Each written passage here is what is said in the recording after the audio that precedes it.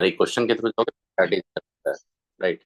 तो देखो मैं बता रहा हूँ, आशुतोष मोहंती, स्नेहरी आपको, Anvesha Upadhyay, are you getting? Yes sir. हाँ सर। यस। तो बेटा ये जो क्वेश्चन, बहुत सारे क्वेश्चन मिला है यहाँ पे। तो जैसे फर्स्ट क्वेश्चन है, तो फर्स्ट क्वेश्चन को देखोगे तो आप लोग वैसे ओरली कर लोगे। क्या बोल रहा है यहाँ पे? Radius of second stationery state, मतलब सेकंड स्टेशनरी स्टेट का मतलब क्या होगा बेटा? Second orbit. Kritika, second stationery state mean second orbit. Yes sir. Okay, then you have to find the radius of the third orbit, right? Okay बेटा, radius जब find करते हो तो रेडियस मैं जो फर्स्ट क्वेश्चन का बताता हूँ। रेडियस का क्या फॉर्मूला आपने पढ़ा था, याद करो। A naught into N square by Z.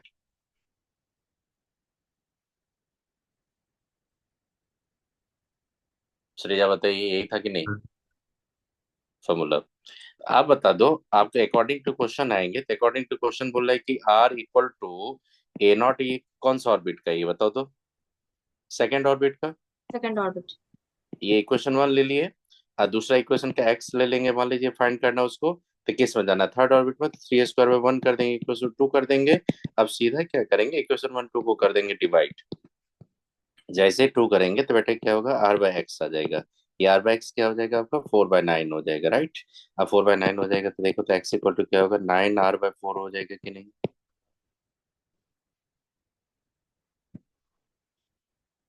बेटा कौन सा ऑप्शन हो जाएगा? डी। डी। तो बेटा समझ में आ गया, अगर फॉर्मूला पता रहेगा तो कर लेंगे ये सब क्वेश्चन। उसके नेक्स्ट क्वेश्चन बताओगे क्या होगा उसका? ये वन लिए तो टू क्वेश्चन बता दोगे आप लोग, क्या होगा? टू। बी। बी। क्योंकि ये क्या बोल रहा है, B3+, तो जेड कितना लेंगे बेटा बताइए, जेड? फोर। फोर। ओ राइट। और ये कौन सा स्टेट में बोल रहा है, किसके साथ कंपेयर कर रहा है, किसके रेडियस के साथ इक्वल कर रहा है? हाइड्रोजन।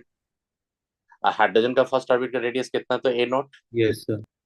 तो आर क्या करेंगे, ये फार्मूला, यही फार्मूला यूज करेंगे। तो उसमें क्या करेंगे, ए नॉट इक्वल टू क्या करेंगे, ए नॉट करेंगे।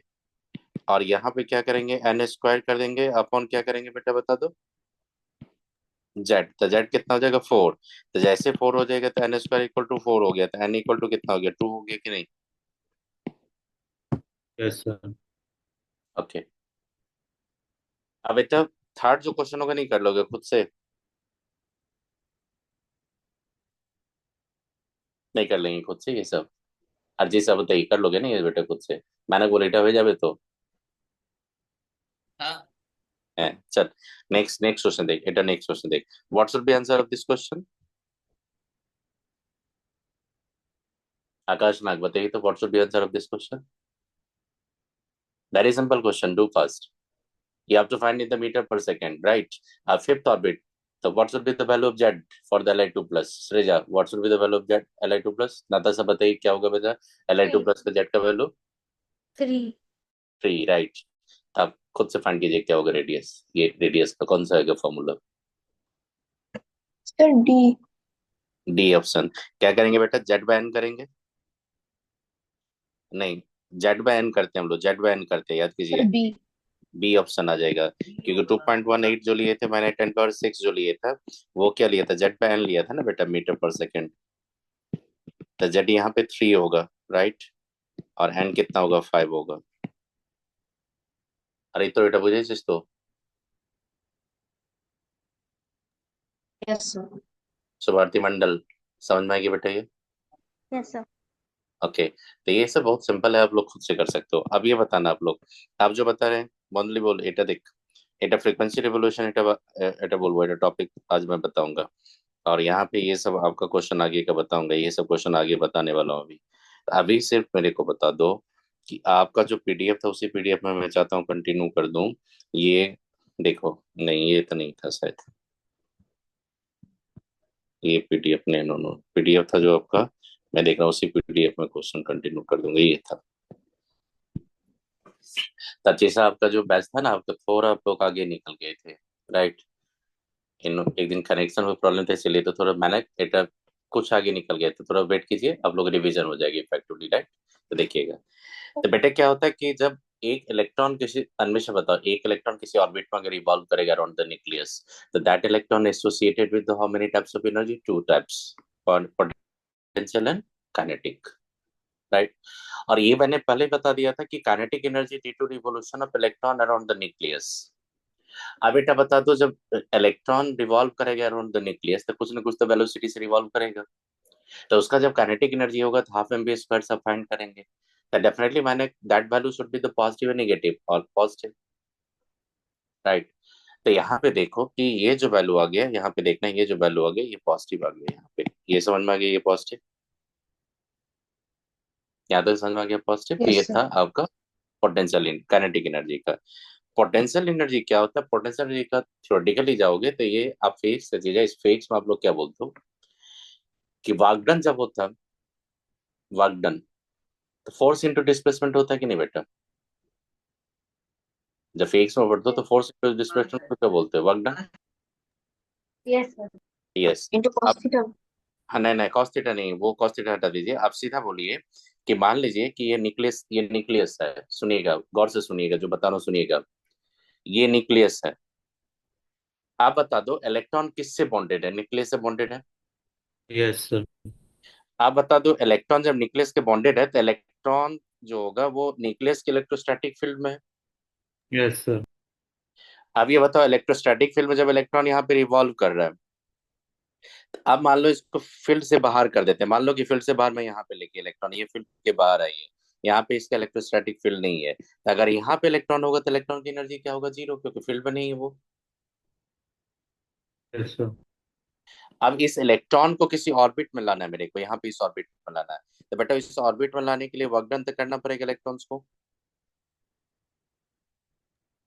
बेटा एक सिंपल थ्योरी बताते हैं, सृजा एक सिंपल थ्योरी बताते हो, आप कहीं पे बैठे रहते हो, अब मान लो कि सुबह में आपको साइकिलिंग करने का मन किया, तो जैसे साइकिलिंग करते हो तो डिस्टेंस आपका बढ़ जाता है कि नहीं? जहाँ से बैठो वहां से अगला पोजीशन पे चले जाते हैं कि नहीं? तो ये जब करते हैं बेटा तो वर्क डन आपको करना पड़ता है कि नहीं? यस तो सर। किसी भी पार्टिकल को जब किसी इलेक्ट्रोस्टैटिक फील्ड में जाना पड़ता है तो उसको वर्क डन करना पड़ता है, ये दिमाग में सेट कर लो। ये सब एक में पढ़ोगे इलेक्ट्रोस्टैट में डिटेल में, अभी मैं शॉर्ट में बता देता हूँ कि किसी भी पार्टिकल को किसी भी इलेक्ट्रोस्टैटिक फील्ड में जाना पड़ेगा, चाहे वो ग्रेविटेशनल फील्ड में जाना पड़े आपको, चाहे वो पोटेंशियल ये आपका इलेक्ट्रोस्टैटिक फील्ड में जाना पड़े, चाहे मैग्नेटिक फील्ड में किसी पार्टिकल को मूव कराओगे, अगर वहां पे अट्रैक्शन होगा तो वहां पे पार्टिकल को वर्क डन करना ही पड़ेगा। मैंने बुझे चीज तो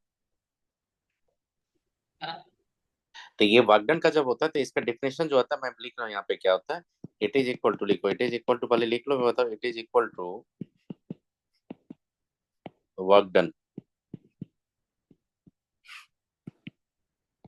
to bring electron from infinite to an orbit of radius r। But यहाँ पे इनफाइनाइट का मतलब क्या होता है? इनफाइनाइट का मतलब होता है उसके इलेक्ट्रोस्टैटिक फील्ड से बाहर है वो। Are you getting my point? इन अन्वेषा समझ में? इनफाइनाइट का मतलब क्या होता है यहाँ पे? Yes. इलेक्ट्रोस्टैटिक फील्ड के बाहर है वो। मैंने क्या बुझे चीज तो ईशानी समझ में आ रहा है आपको? बंदरेटा बुझे चीज तो हाँ. नताशा समझ में आ गया ये? Devdutt Khanna, are you getting this points? Yes, sir. Okay, then let me explain this part again, that आप क्या करोगे जब वर्क डन का बात करते हो तो बेटा वर्क डन का जब बात करते हो यही होगा पोटेंशियल एनर्जी। ये क्या होगा? इंटीग्रेट करते हो कि नहीं आप फोर्स इनटू डिस्प्लेसमेंट को? बताओ तो बेटा। Yes sir. तो फोर्स इनटू डिस्प्लेसमेंट होगा तो यहाँ पे इलेक्ट्रोस्टैटिक फोर्स होगा तो पाई स्क्वायर होगा, सांगनिक बोली था R square into E R होगा कि नहीं? Infinite to R radius R. Yes, sir. এটা বুঝেছিস তো? এটা কেন ইন্টিগ্রেট হলো এটা? হ্যাঁ, ইনফিনিটি থেকে রেডিয়াসে আসছে। হ্যাঁ রেডিয়াস আছে, এটা ইনিশিয়াল পজিশন কি আছে? ইনফাইনাইট আছে, আর ফাইনাল কত হয়ে যাবে? আর তাই জন্য ওটা ইন্টিগ্রেট হয়ে গেছে। হ্যাঁ, ডিসটেন্সটা নিউক্লিয়াস থেকে তাহলে মেজার হচ্ছে। হ্যাঁ হ্যাঁ, এটা জানিস ইলেকট্রোস্ট্যাটিক ফোর্স অফ অ্যাট্রাকশন? হ্যাঁ। এটা ফাংশন কি ডিআর, এটা ডিফারেন্সিয়েট করবি, ইন্টিগ্রেট করবি, হ্যাঁ। তাহলে ইন্টিগ্রেট করলে 1/r স্কয়ার থাকলে তো 1/r স্কয়ার ডিআর থাকলে তাহলে ইন্টিগ্রেট করলে কি -1/r চলে আসবে। Yes sir.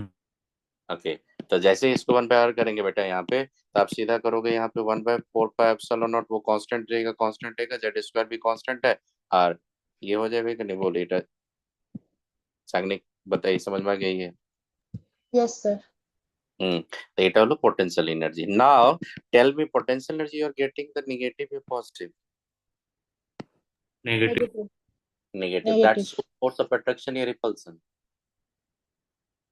Force of attraction. Attraction. Attraction. बेटा नहीं, अट्रैक्शन अट्रैक्शन नेगेटिव था, नेगेटिव होगा तो आप लिखेंगे फोर्स ऑफ अट्रैक्शन। आई बात समझ में? फ्रॉम इक्वेशन 1 संपूर्ण এটা বুঝেছিস তো? देख, देख, এটা टोटल एनर्जी की क्या होगा बताइए तो बेटा, काइनेटिक एनर्जी प्लस पोटेंशियल को ऐड कर दो। तो जैसे potential Z E square bye एक टर्म में लाने के लिए मैंने सारा काम करवाया, ये सारा काम मैंने करवाया एक टर्म में लाने के लिए। तो ये क्या था आपका 8 पाइप सोलो नॉट था कि नहीं बेटा? आप देखो तो वहां पे आर -1/4 पाइप सोलो नॉट करेंगे, Z E square by R करेंगे बेटा। जैसे ये करोगे तो ये हो जाएगा जेड ई स्क्वायर बाय 8 पाइप सोलो नॉट आर। ये क्वेश्चन 3 हो गया बेटा। एनर्जी क्या हो गया आपका, नेगेटिव या पॉजिटिव? मैंने बोल, total energy of electrons Negative. Negative है। और बताइए यहाँ तक समझ में आ गया था? अन्वेषा समझ में आ गया यहाँ तक? कृतिका बोल, समझ में आ गया था यहाँ पे? तो यहाँ तक बता दिया आपको। तो आपके पास आप देखो तीनों एनर्जी को, सुनो मैं बता रहा हूँ ये। आप बोलोगे sir what the need of derivation, तो आप तीनों इक्वेशन को देखो, एक ही टर्म में लाके छोड़ दिया कि नहीं मैंने? अन्वेषा देखो, तीनों इक्वेशन को, पोटेंशियल काइनेटिक सबको एक टर्म में लेके छोड़ा कि नहीं? तभी ना एक्सप्रेशन आप कैंसिल कर सकते हो या कुछ कांस्टेंट तक आ सकते हैं, बताइए। इसीलिए ये सब करना पड़ा। अब बेटा देखो, यहाँ जो लिख रहा हूँ यहाँ पे पहले देखना, इक्वेशन 3 पे मैं आऊंगा। यहाँ पे देखना, एक चीज बता रहा हूँ। फॉर ए गिवन ऑर्बिट, एक ऑर्बिट का जब बात करेंगे, पोटेंशियल से टोटल एनर्जी का रेशियो कितना हो जाएगा, चेक करो आप लोग। 2। पोटेंशियल से टोटल एनर्जी का 2, चेक करो आप लोग। काइनेटिक से टोटल एनर्जी का रिलेशन बताओ, बताओ आप लोग बताइएगा। यहाँ पे काइनेटिक से क्या हो जाएगा आपका? -1। -1। देखिए, आप खुद से देखो, पोटेंशियल में नेगेटिव साइन था, टोटल में नेगेटिव साइन है, काइनेटिक में पॉजिटिव साइन है। चेक करो बेटा। काइनेटिक एनर्जी का आप देखना यहाँ पे कि अगर मान लो, लेट कर लो, फॉर एन ऑर्बिट, एक ऑर्बिट का बात कर रहा हूँ। अगर आपका टोटल एनर्जी अगर मान लो कि x जूल आया पर एटम, तो उस ऑर्बिट में पोटेंशियल एनर्जी कितना हो जाएगा? संगनी बोल। -2. -2x। Yes sir. एनर्जी कत हो जाए x। Right. तो बेटा आपको क्या करना है, एक ही फॉर्मेट आपको फॉर्मूला याद रखना है कि how to find the energy. After getting the energy you can find the kinetic energy, you can find the potential energy. अगर समझ में आए मैं क्या बोलो, आपको एक ही चीज फाइंड करना है, टोटल एनर्जी। Yes. राइट? और जैसे वो फाइंड कर लोगे बेटा, तो सारा एनर्जी आप कैलकुलेट कर लोगे किसी भी ऑर्बिट में किसी भी इलेक्ट्रॉन का। স্যার बोल। বলছি যে তাহলে যখন আমি এনার্জি যদি ধরি কোনো ভ্যারিয়েবল, যখন ওখানে এক্স ধরা হয়েছে তখন সবসময় নেগেটিভে ধরতে হবে, -x -y -z। Minus. -x বা -y -z সবসময় এইভাবে ধরতে হবে তো, কারণ এখানে এনার্জিটা সবসময় নেগেটিভ থাকবে, টোটাল এনার্জি। হ্যাঁ ঠিক আছে, বুঝেছো তো এটা? হ্যাঁ। चलो देखो अभी एक्सप्रेशन अभी जरा सामने, इसे वेट कीजिए। ये समझ में आ गया कि एक ऑर्बिट का जब बात करूंगा, किसी ऑर्बिट में पकड़ूंगा, फर्स्ट ऑर्बिट सेकंड कोई ऑर्बिट पकड़ूंगा, अगर उस ऑर्बिट में बोलूंगा कि इलेक्ट्रॉन का एनर्जी कितना होता है, इलेक्ट्रॉन का कितना एनर्जी होगा, after getting the energy of electron you can also find the potential energy of that electron in that orbit. You can also find the kinetic energy of that electron in that orbit, right? Yes. तो देखो मैं एक बता रहा हूँ, देखो मैं क्या लिख रहा हूँ। अब आगे चलो, यहाँ पे देखो, फ्रॉम थ्री से बता रहा हूँ बेटा। एनर्जी क्या था आपका? -ZE² / 8πε0 बेटा इसको ZE² / r को 8πε0 को आप 1/r को रिप्लेस कर सकते हो कि नहीं? r का वैल्यू लिखे थे कि नहीं कांस्टेंट वेरिएबल्स में, याद करो। Yes, sir. कि चलो n² / h² πm z E square. जैसे इसमें जाएंगे तो देखो तो बेटा क्या हो जाएगा आपका, जेड स्क्वायर हो जाएगा, पाई और पाई कैंसिल हो जाएगा, एम रहेगा, ई 4 हो जाएगा, चेक कर लो, 8 रहेगा, एप्सिलॉन नॉट का स्क्वायर हो जाएगा, एच स्क्वायर हो जाएगा, एन स्क्वायर हो जाएगा। हो गया यहाँ तक, बताइए आकाश। Yes sir. अब देखो बेटा यहाँ पे क्या हो जाएगा।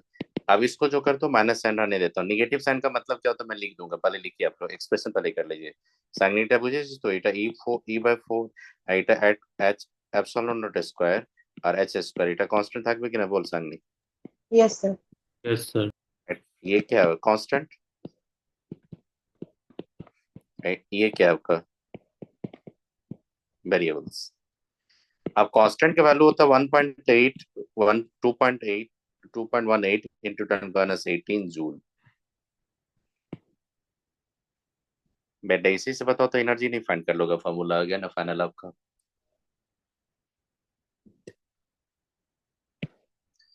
बताइए फटाफट बताओ, आप एनर्जी का फाइनल फॉर्मूला में लिखने जा रहा हूँ, किसी भी ऑर्बिट में जाओगे तो -2.18 into 10⁻18 joule, by Z square by n Z square by n square क्या लेंगे, जूल पर एटम।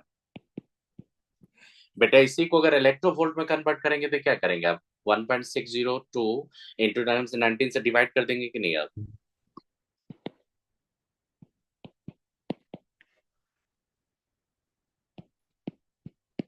नताशा समझ में आ रहा है ये क्या बोला मैंने, कि इससे डिवाइड करने के लिए आपको। ये किसके लिए होगा, वैलिड वन लिखो, हाइड्रोजन है ना, लाइक स्पेसीज। तो बताइए यहाँ तक क्लियर हो गया आपकी एनर्जी का कैलकुलेशन। ये देखो बेटा मैंने डिराइव कर दिया, but you don't have to focus on that. आप सीधा फाइनल फॉर्मूला पे आओ, 2.18 का एक 13.6 का, हमेशा समझ में आ गया, वही फॉर्मूला आपको याद रखना है।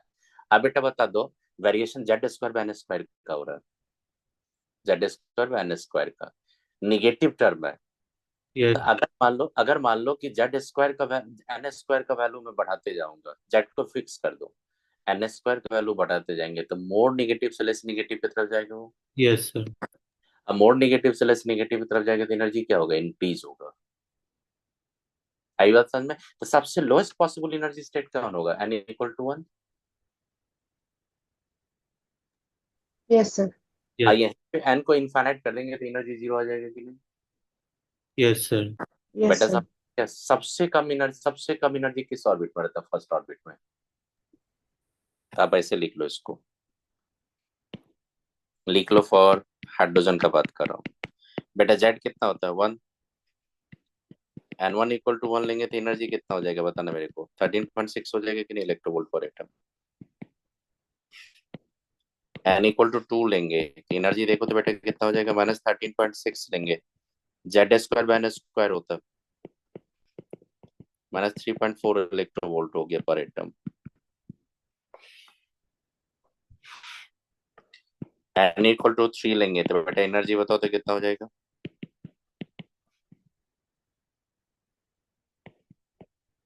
1 दीदी बोल तो 1/9। -13/6/9 हो जावे তাহলে ये वैल्यू आ जाएगा आपका 8.84 के करीब, ये 1.51 के 1.51। 51 के करीब आएगा, 1.51 के इलेक्ट्रोवोल्ट पर एटम आ जाएगा कि नहीं, चेक कीजिए आप लोग, आ रहा है आपका। चलिए और ये इसके बाद देखो तो एन इक्वल टू 4 का बेटा कितना हो जाएगा,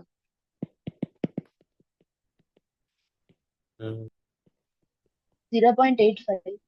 0.85 राइट, 0.85 या 84 कहीं पे लिखते थे, 0.8 राउंड ऑफ करोगे तो वो आपको मैं लिखा हूँ यहाँ पे 0.84 इलेक्ट्रोवोल्ट पर एटम।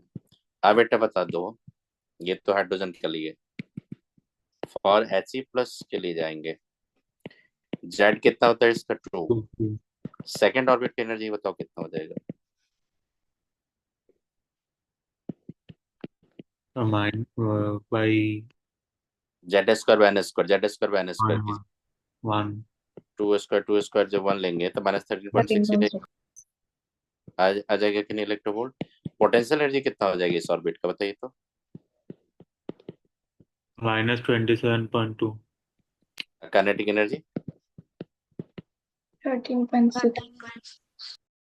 बेटा ये समझ में आ गया कैसे एनर्जी फाइंड करेंगे, फॉर्मूला याद रहेगा तो नहीं कर लोगे, स्ट्रेट फॉरवर्ड क्वेश्चन आता है। Yes sir. बेटा अगर बोलेगा किसी भी हाइड्रोजन लाइक स्पीसीज में किसी ऑर्बिट में पोटेंशियल काइनेटिक कुछ भी बोलेगा तो आप टोटल एनर्जी फाइंड करके नहीं सारा रिलेशन प्रूफ कर सकते हो और दे सकते हो वहां पे। क्लियर समझ में आया कैसे फाइंड करेंगे एनर्जी। আচ্ছা चलिए স্যার, बस बोलो। স্যার বলছি হাইড্রোজেনের কেসটায়, হাইড্রোজেনের কেসটায় তো হাইড্রোজেন অ্যাটমে অনলি ওয়ান অরবিট না?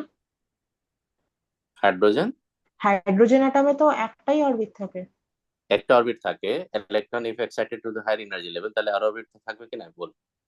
আচ্ছা, তখন তাহলে ডিস্টেন্সটাও বেড়ে যাবে অরবিটের, হ্যাঁ বেরিয়ে ওইভাবেই যাবে। যাবে। হ্যাঁ তো ওটা হাইড্রোজেন স্পেক্ট্রাম বলবো না, তাই জন্য ওটা বুঝে যাবে। এটা देख এটা देख एक सिंपल थ्योरी बताओ ना, अगर कहीं पर रहता है कोई भी घर पर रहता है, हमेशा बता दो, एक सिंपल बता देता हूँ कि अंबानी ने इतना बड़ा बिल्डिंग बनाया, कितना फैमिली मेंबर है। हम्म अंबानी जो एंटीलिना एंटीलिना या क्या नाम है, इतना बड़ा बिल्डिंग बनाया, उसमें इतना रूम है, कितना फैमिली मेंबर उसका। 7।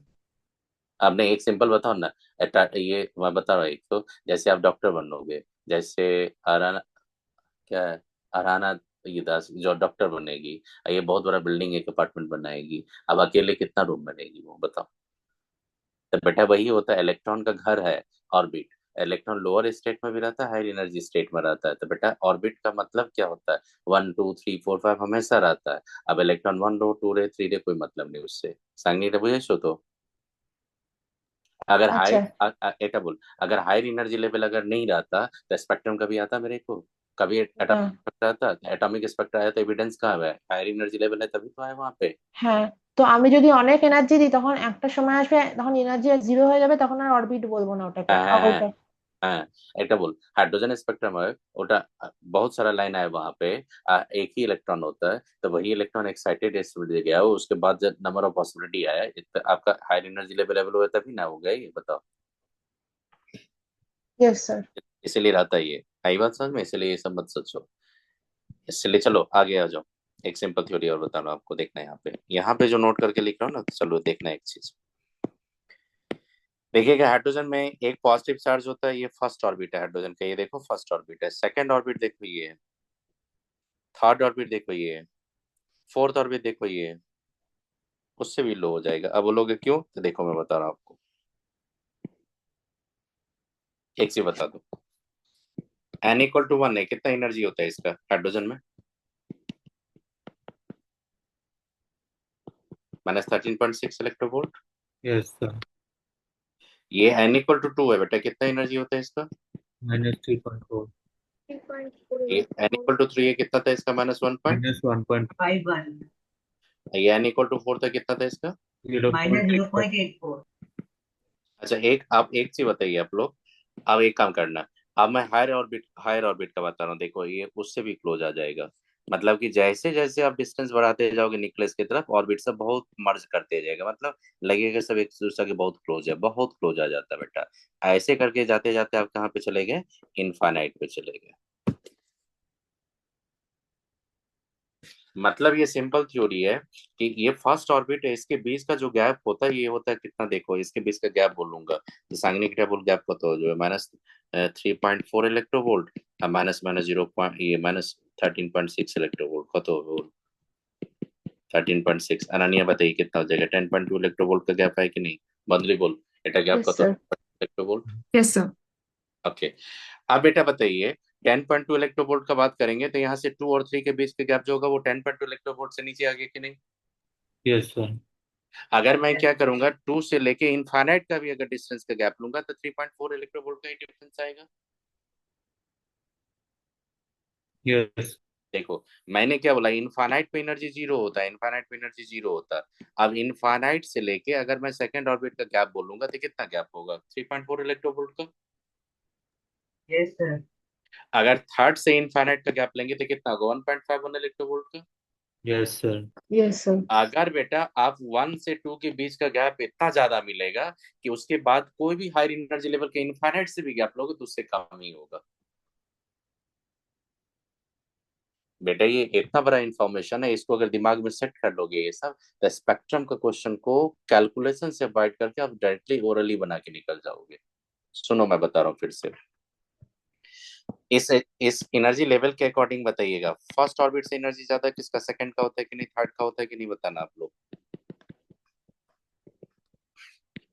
ये समझ में आया आपको?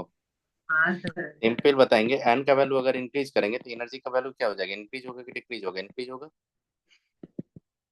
पोटेंशियल एनर्जी भी इंक्रीज होगा, लेकिन काइनेटिक एनर्जी आपका डिक्रीज होगा कि नहीं, चेक करो आप लोग खुद से। साइन के साथ बोल रहा हूँ, मैग्नीट्यूड नहीं।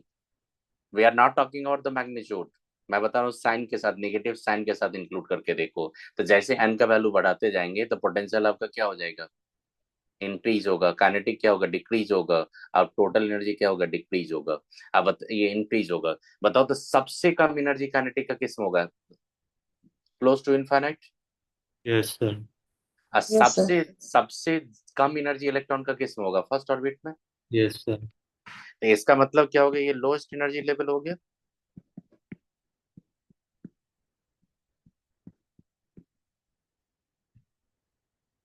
आपको बोलेगा हाइड्रोजन का सबसे लोएस्ट एनर्जी लेवल बताओ, तो क्या बोलोगे आप, first orbit. First orbit. First orbit.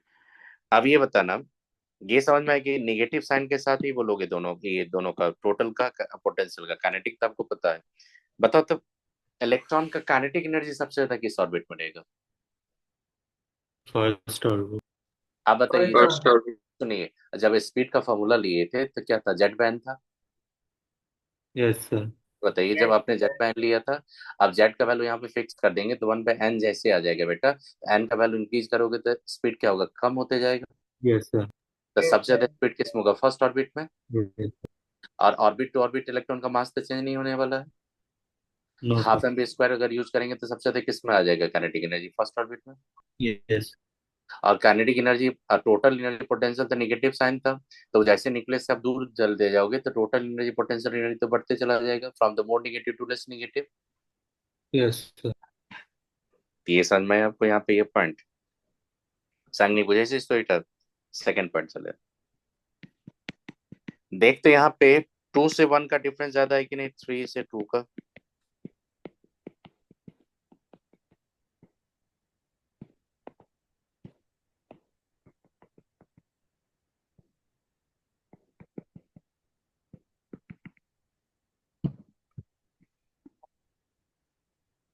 चाली बोल। 2 to 1 is more than the 3 to 2, is more than the 3 to 2, more than the 4 to 3, 4 to 3 is more than the 5 to 4, 5 to 4 more than the 6 to 5। अब लोग ये कैसे देखो बेटा, यहाँ बता दो 1 से 2 के बीच का डिफरेंस कितना मिला आपको। 10.2। ओके। आप 2 से 3 के बीच में जाएंगे तो उससे कम हो गया कि नहीं। हाँ आप 3 से 4 में जाएंगे तो और भी कम हो गया कि नहीं। हाँ अब उससे आगे जाएंगे तो और भी कम होते जा रहा है कि नहीं, बताइए। Yes sir. तो सबसे ज्यादा गैप कहाँ पे मिलेगा, 1 से 2 में। Yes sir. ओके। तो इसका मतलब क्या हो गया कि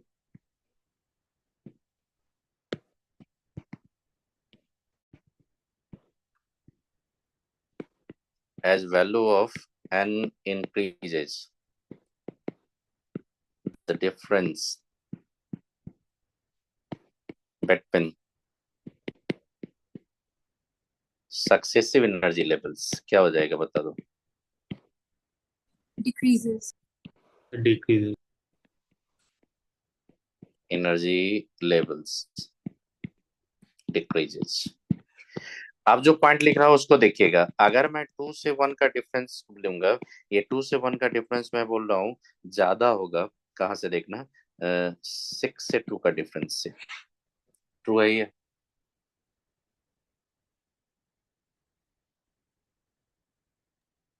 यस। मैं बोल रहा हूँ कि ये जो डिफरेंस होगा, ये जो डिफरेंस होगा मैं बता रहा हूँ, ये ज्यादा होगा आपका 5 से 2 से भी। Yes sir. ये यस ज्यादा सर। होगा, देखो मैं ज्यादा रही है, 4 से 3 से भी ज्यादा है ये अगर मैं लिया। अब बता दो ये ट्रू है, ये फॉल्स है, ये true. True true. True.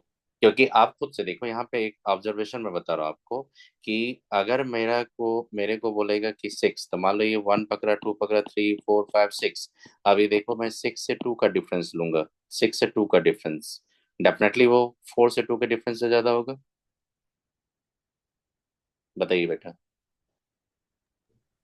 yes हाँ sir, ओके, अब ये बताना, अगर मैं 1 से 2 का गैप ले रहा हूँ, तो वो 2 से 6 का गैप से ज्यादा है कि नहीं, 1 का 2 का gap? yes sir, yes sir, बेटा याद रखिएगा, किसी भी ऑर्बिट के बीच का डिफरेंस अगर पूछेगा आपसे, तो सबसे ज्यादा डिफरेंस होता है 2 से 1 का। याद रखोगे बेटा, सेट कर लो दिमाग में। सबसे ज्यादा किसका होता है? 2 से 1 का। हाँ, अगर मेरे को बोलेगा, देखो अगर मैं 1 से ही कंपेयर कर लूंगा, तो देखो मेरे को अगर बोलेगा कि अब बताओ 1, ये 6 से 1 का, तो ये ज्यादा होगा। अगर मेरे बोलेगा कि 4 से 1 का, तो वो भी ज्यादा होगा। अगर मेरे को बोलेगा 2 से 1 का, तो ऑब्वियसली 2 से 1 से ज्यादा होगा 6 से 1 का, क्योंकि अल्टीमेटली 1 से कंपेयर कर रहे हो, तो 1 से कंपेयर करोगे तो जितना ऊपर जाओगे उतना ज्यादा डिफरेंस आते जाएगा। yes sir, अब देखो यहाँ पे सीधा देखो, अगर मैंने 1 लिया और यहाँ पे 6 लिया, तो 6 से 1 का डिफरेंस देखो, 4 से 1 का डिफरेंस देखो, 2 से 1 का डिफरेंस देखो, तो सबसे ज्यादा तो 6 से 1 दिख रहा है ना आपको। श्रीजा बताओ तो, सबसे ज्यादा डिफरेंस आपका इनफाइनाइट से 1 का होगा कि नहीं? Yes sir. yes sir, infinite से 1 का डिफरेंस हाइड्रोजन में कितना होगा? 13.4, 13.6। yes sir, yes sir. अब बता दो, हाइड्रोजन एटम में इससे ज्यादा डिफरेंस कहीं पे आने वाला है आपका? बताइए तो। no sir, no sir. no sir, तो बेटा कुछ आइडिया लगा यहाँ पे हाइड्रोजन, ये एनर्जी का? अब ये बता दो, बोर्स ने ये कंक्लूजन कहाँ से लिया ये सब? एटॉमिक स्पेक्ट्रम से। ना दस एटा समझ में आया? बोर्स ने ये कंक्लूजन कहाँ से लिया था? एटॉमिक स्पेक्ट्रम से। एटॉमिक स्पेक्ट्रा के थ्रू उसको पता चला कि वहां पे एनर्जी क्वांटाइज्ड है, क्वांटाइज्ड इलेक्ट्रॉनिक एनर्जी लेवल्स है। तो उसको स्पेक्ट्रम मैं बता दूं, उससे और भी क्लैरिटी मिलेगा। लेकिन अतः याद रखिए कि यहाँ पे जो आपने बोला था उस दिन की रदरफोर्ड ने तो ये बोला था, बेटा रदरफोर्ड जैसा वेव थ्योरी था। अब वेव थ्योरी के बाद आ गया क्वांटम थ्योरी, एनर्जी का क्वांटाइजेशन हो गया। अब उसका बाद स्पेक्ट्रम का स्टडी हुआ, उसके बाद में बोर्स कंक्लूजन लेके क्वांटाइज एनर्जी लेवल्स दिया। नताशा आई बात समझ में यहाँ पे जो मैंने बोला? Yes sir. चलिए, आप जो नोट करके लिखिए, सबसे पहले देखो, एक पॉइंट लिखिएगा।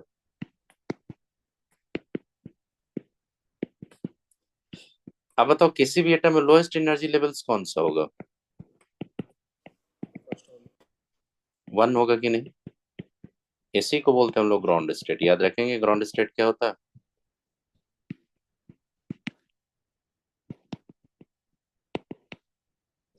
एक होता है एक्साइटेड स्टेट, इसका मतलब होता है हायर एनर्जी लेवल्स। आप लोग ऐसा क्यों बोलेंगे? ग्राउंड स्टेट को आपने n=1 क्यों पकड़ा? बेटा मैं किस पे वर्क कर रहा हूँ? 1 इलेक्ट्रॉन सिस्टम के, मल्टी इलेक्ट्रॉन सिस्टम के लिए? अर्चिता बोल, 1 इलेक्ट्रॉन सिस्टम या मल्टी इलेक्ट्रॉन के लिए? one 1 electron electron. सिस्टम। तो 1 इलेक्ट्रॉन अगर मान लीजिए रहेगा, तो 1 इलेक्ट्रॉन, जितना भी आप सिस्टम देखते हो, जितना भी यूनिवर्स होता है, जितना भी होता है, सबका थॉट क्या होता है? स्टेबिलिटी।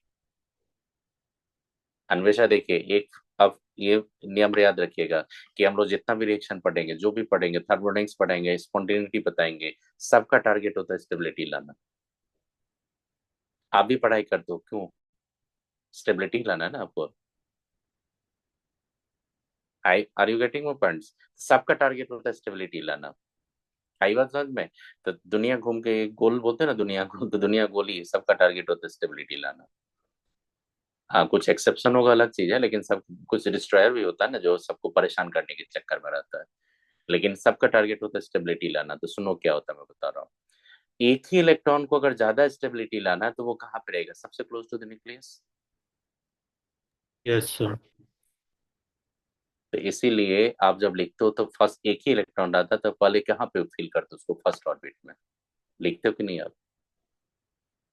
संगनीटा बुझे यस स्टेबिलिटी जो सर। First electron. आप बताइए, अगर मेरे को बोलेगा कि इलेक्ट्रॉन हाइड्रोजन में तो एक ही है, लेकिन वो इलेक्ट्रॉन टाइटली होल्ड कहाँ पे रहेगा? फर्स्ट ऑर्बिट में, सेकंड ऑर्बिट में? तो बोलना the first orbit. first order, first orbit में फर्स्ट। सबसे होल्ड रहता है वहां पे। आई बात समझ में?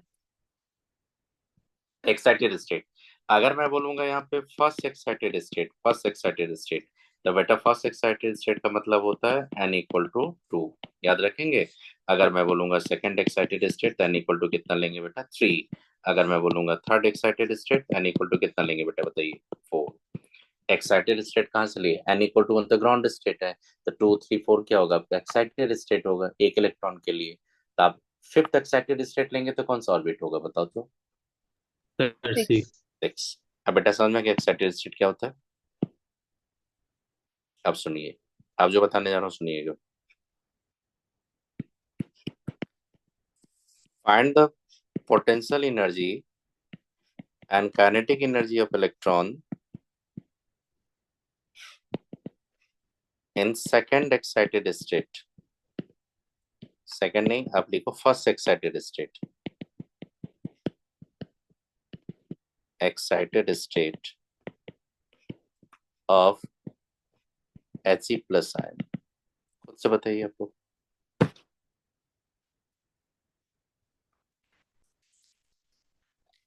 मैंने बोल पता होगा potential and kinetic. Kinetic energy 13.6 electrovolt and potential energy minus 27.2 electrovolt. अब बेटा बताइए पकड़ आप कहीं पे क्वेश्चन देगा तो पकड़ लेंगे ना आप लोग। बताइए सृजा हो जाएगा ना बताइए यहाँ पे। अगर फॉर्मूला याद रहेगा तो नहीं कर लोगे आप लोग। बताइए बेटा। सर हाँ ईटी सर नहीं सॉल्यूशन जब करेंगे तो एनर्जी की बात करेंगे तो -13.6 लिए माइनस 13.6। जेड स्क्वायर कितना हो जाएगा बेटा second first excited state n equal to 2 हो जाएगा तो 2 स्क्वायर बाय 2 करेंगे तो बेटा कितना हो जाएगा 13.6 इलेक्ट्रोवोल्ट पर एटम बोलेंगे या पर आयन जो बोलिए। अब बेटा बताओ पोटेंशियल कितना हो जाएगा minus -27 27.2। Atom right. Kinetic energy कितना हो जाएगा 13.6। 13.6. राइट। बेटा यहाँ तक समझ में आ गया आप लोगों को। अब देखना आपको बताता हूँ एक चीज। देखना ये जो बताता हूँ आपको देखिएगा बेटा ये कर लोगे आप लोग 4 5 6 सब करना आपको।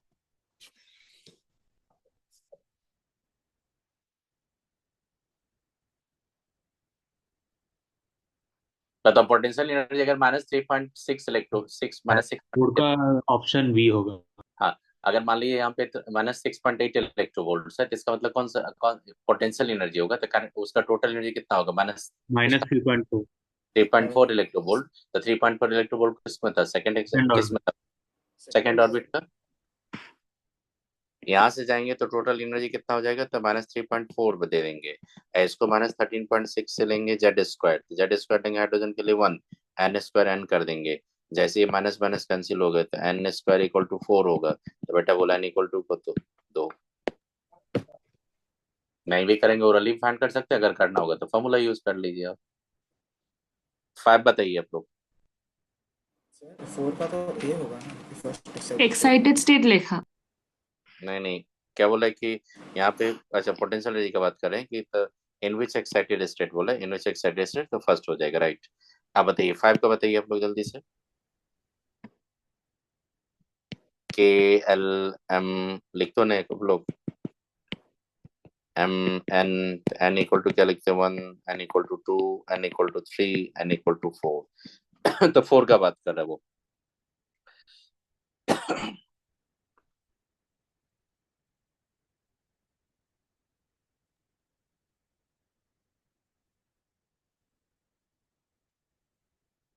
Sir C. सी बदली बोल Oh no sir D. Potential energy तो -27.2 आ रहा है. D. D. जेड पता हो जेड 4 सर जेड फोर हाँ। Areno 4. रेनो 4। KLMN लिए तो आप सीधा यहाँ पे जेड इक्वल टू 3 लेंगे तो -13.6 लेंगे तो 4 स्क्वायर बाय 4 स्क्वायर होगा कैंसिल होगा -13.6 ही रह जाएगा कि नहीं। पोटेंशियल कितना होगा -27.2 इलेक्ट्रोवोल्ट। Yes sir. दी आप बताइए तो आप यहाँ पे 6 का बता दोगे।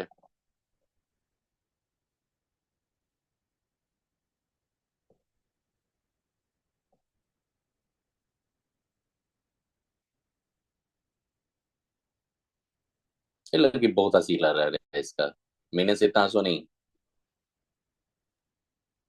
सर अराना को बोल रहे हैं, अराना को बोल रहे हैं, इतना हंसो नहीं, पढ़ाई करो चुपचाप। Sir B. Option B. अच्छा बी होगा। E. B. B. B. B हो जाएगा कि नहीं, समझ में आ गई आप लोगों को? हाँ सर। चलिए, यहाँ तक समझ में आ गया आप लोगों को। ये लास्ट क्वेश्चन आपको बता रहा हूँ, यहाँ पे 6 7 7 का बताइए आप लोग क्या करोगे। ये लास्ट है, ये बताओ, उसके बाद मैं चलता हूँ दूसरा टॉपिक लेके फिर इसका।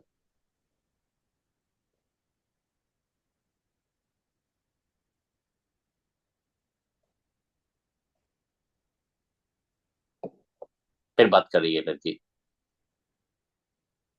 अरे ना बेटा, बात नहीं करो, पढ़ाई पढ़ाई फोकस करो।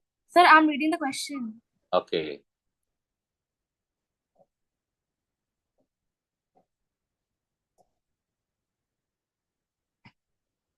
अन्वेषा उपाध्याय बताइए क्या होगा इसका।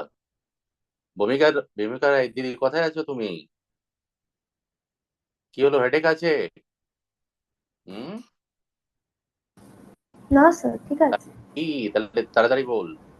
হ্যাঁ স্যার করছি। हाँ, अनन्या अनुकूल बताइए बेटा। ऐसा तो लड़की कुछ भी बोलते हंसने लगती है एकदम। बचपन में इसके पापा मम्मी बहुत खुश होंगे। विनायक घोष बताइए क्या होगा। प्रज्ञान भट्टाचार्य, प्रज्ञान बाबू স্যার এ। क्या আছো তো? अरे এ। প্রজ্ঞান ভালো আছো তো? হ্যাঁ স্যার। हरित्र कुंदू, क्या हुआ, आपका छतरी गुम हो गया, नहीं मिला अभी तक? नहीं सर। अच्छा ठीक है, ये काम करेंगे, पुलिस फाइल करना पड़ेगा इसके लिए। चलो, ईशानी दीदी। ए।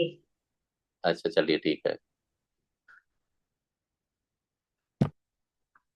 सृजना भट्टाचार्य बुझेছো এটা তো? হ্যাঁ স্যার। নামন কুমার, স্যার এ। निर्माल्य चट्टोपाध्याय কোথায় আছো তুমি? निर्माल्य, एकदम लड़का ये डार्क मैन की तरह बैठा हुआ है।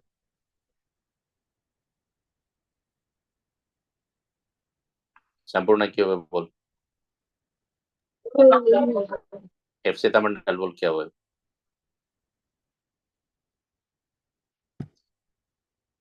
आदित्य जाना, इंद्राशिष घोष, सुचिता सुचित्रा घोष। वीडियो ऑन कर लीजिए। अभिलाष ऑप्शन ए राय, होगा। वीडियो ऑन कर लीजिए बेटा। मेरा वीडियो ऑन है। क्या हो गया, प्रॉब्लम चल रहा है कैमरा में? तो मेरा तो वीडियो ऑन है। अच्छा वीडियो ऑन है, अच्छा चलिए। आदित्य जाना बताइए कि क्यों क्या होगा इसका, ऑप्शन बताइए आप लोग। ए। हम्म। सम्मेलन बताइए क्या होगा यहाँ पे, श्रीवास्तव जी बताइए क्या होगा इसका। Option A. अच्छा, रजस्मिता बोल क्या होगा, रजस्मिता बोल की होगा। স্যার এ হচ্ছে। हाँ, चंद्रा दीदी बोलो की होगा। Sir option A. अच्छा ठीक है, ऑप्शन नहीं।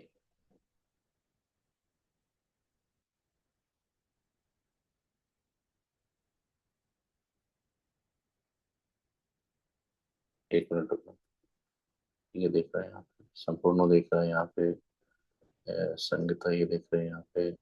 अच्छा, देवद्रिता बोल दो बाबू की होगा बेटा। স্যার এ। ये देखो क्या बोल रहा है आपसे यहाँ पे, देखिए अच्छे से देखिए, electron jump from the such way that kinetic energy change from the x to x. बेटा काइनेटिक एनर्जी एक्स होगा तो पोटेंशियल 2x हो जाएगा ना उसमें। Yes sir. एक्स का यस क्या हो सर। जाएगा, -x/2 हो जाएगा ना। Yes sir. और ये क्या होगा, लोअर होगा, ये हायर होगा कि नहीं, ये हायर है कि नहीं मालूम। तो आपको तो डिफरेंस देखना है पोटेंशियल का, तो डिफरेंस देखेंगे बेटा क्या होगा, -x/2 और -2x लेंगे बेटा, कितना हो जाएगा चेक करो आप लोग। +3/2 है। 3/2x आ जाएगा कि नहीं। हम्म, तो बेटा बताइए, चेंज इन पोटेंशियल एनर्जी बोल रहा था आपको, वो चेंज हमेशा पॉजिटिव होता है, चेंज कभी नेगेटिव नहीं होता है, याद रखिएगा बेटा। सानी बोल की ऑप्शन 1। यस सर ए। ओके, तो ये समझ में आ गया ना आपको कि कैसे कैसे वर्क करोगे, किस पर करोगे, ये समझ में आ गया ना आपको। ये व्हाट इज द एनर्जी, आप बता दो यहाँ पे। ये बोल रहा है कि कहाँ से कहाँ इलेक्ट्रॉन जा रहा है, बताइए, ये बता रहा हूँ आपको, मैं बता रहा हूँ, एक चीज बता रहा हूँ, सुनना। पहले लिखो एक चीज, आप नोट करके लिखो। अभी तक जो एनर्जी का मैंने कैलकुलेशन किया वो किस में था, किलो जूल, वो जूल जो था वो पर एटम था या पर मोल था वो। पर एटम per atom. एटम। अगर मोल में जाएंगे तो वो हो जाएगा 1312 हो जाएगा। यहाँ पे लिख रहा हूँ मैं, यहाँ पे Z²/N² हो जाएगा, किलो जूल पर मोल हो जाएगा। मतलब ये एक मोल हाइड्रोजन का, ये एक हाइड्रोजन एटम का ये। 1 मोल हाइड्रोजन। हम्म। अब खुद से सोचो कि जैसे एक एटम का मैंने फाइंड किया था, उसी को अगर एवोगाड्रो से मल्टीप्लाई करेंगे तो नहीं आ जाएगा? ये बताओ आप लोग। Yes. तो बेटा समझ में आ गया कैसे फाइंड करेंगे किलो जूल पर मोल में? Yes sir. कैलोरी में जाएंगे तो इसी को अगर 4.18 से डिवाइड करेंगे तो 300 समथिंग में आ जाएगा कैलोरी, किलो कैलोरी में ये एक्सप्रेशन। अगर मेरे को हाइड्रोजन का बात करेंगे, और नोट करके एक और लिख लो, आयनाइजेशन एनर्जी।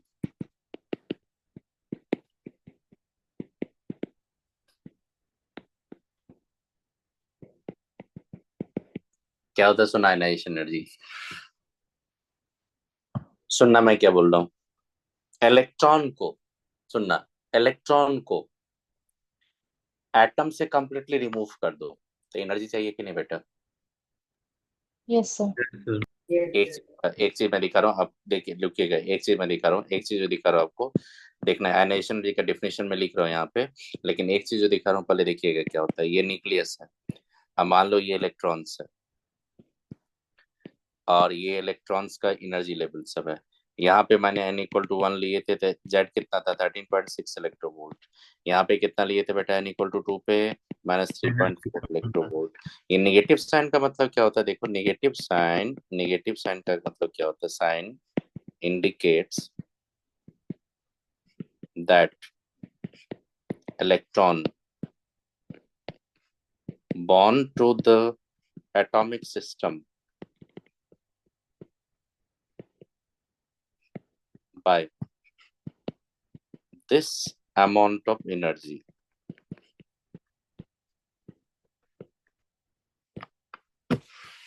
आपसे अगर स्कूल के एग्जाम में कोई भी पूछेगा, सुनो, आपसे अगर कोई पूछेगा कि what do you mean by the negative sign of energy of electron, तो बोला negative sign indicate the electron bond to the system by that amount of energy.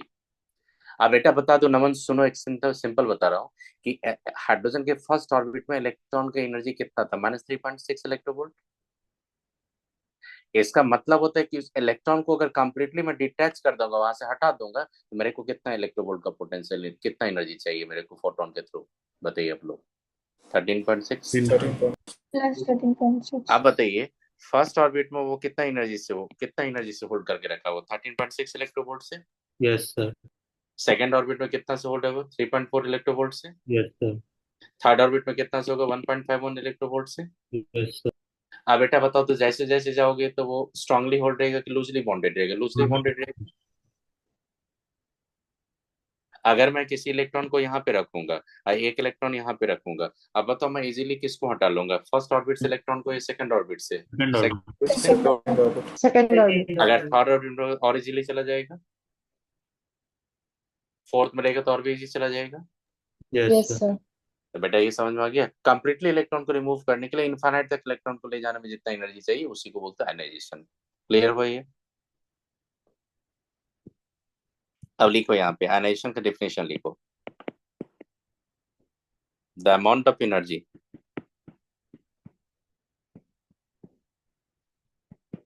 is required to remove an electron from the ground state। ground state का मतलब क्या हो गया? सबसे stable state जो होता है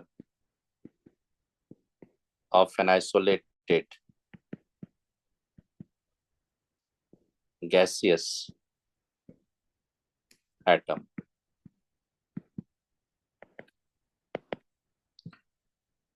सबसे पहले क्या होता है? आइसोलेटेड गैसेस एटम होगा। Because we are talking about the ionisation energy, तो आयनाइजेशन एनर्जी का मैं बात प्रेडिक्टेबल में डिटेल पढ़ाऊंगा। भी सिंपल सोचो कि आयनाइजेशन बल्क में नहीं होता, आयनाइजेशन आइसोलेटेड फॉर्म में होता है। तो आकाश अगर कोई बोलेगा आइसोलेटेड एटम से या बल्क में, तो बोलना आइसोलेटेड से निकल सकता है। आइसोलेटेड एटम को कहाँ पे आप लाओगे? सॉलिड फेज में, गैस फेज में? तो गैस फेज में। तो हमेशा आयनाइजेशन का मतलब होता है गैस फेज से। संगठन जो ionisation energy means gas phase. Yes sir. अब हाइड्रोजन गैस फेज में है, और इस इलेक्ट्रॉन को रिमूव करेंगे तो हाइड्रोजन का क्या बनेगा, ये H प्लस गैस बनेगा, इलेक्ट्रॉन रिमूव होगा। अब ये प्रोसेस जो है इंडोथर्मिक या एक्सोथर्मिक आप बताना।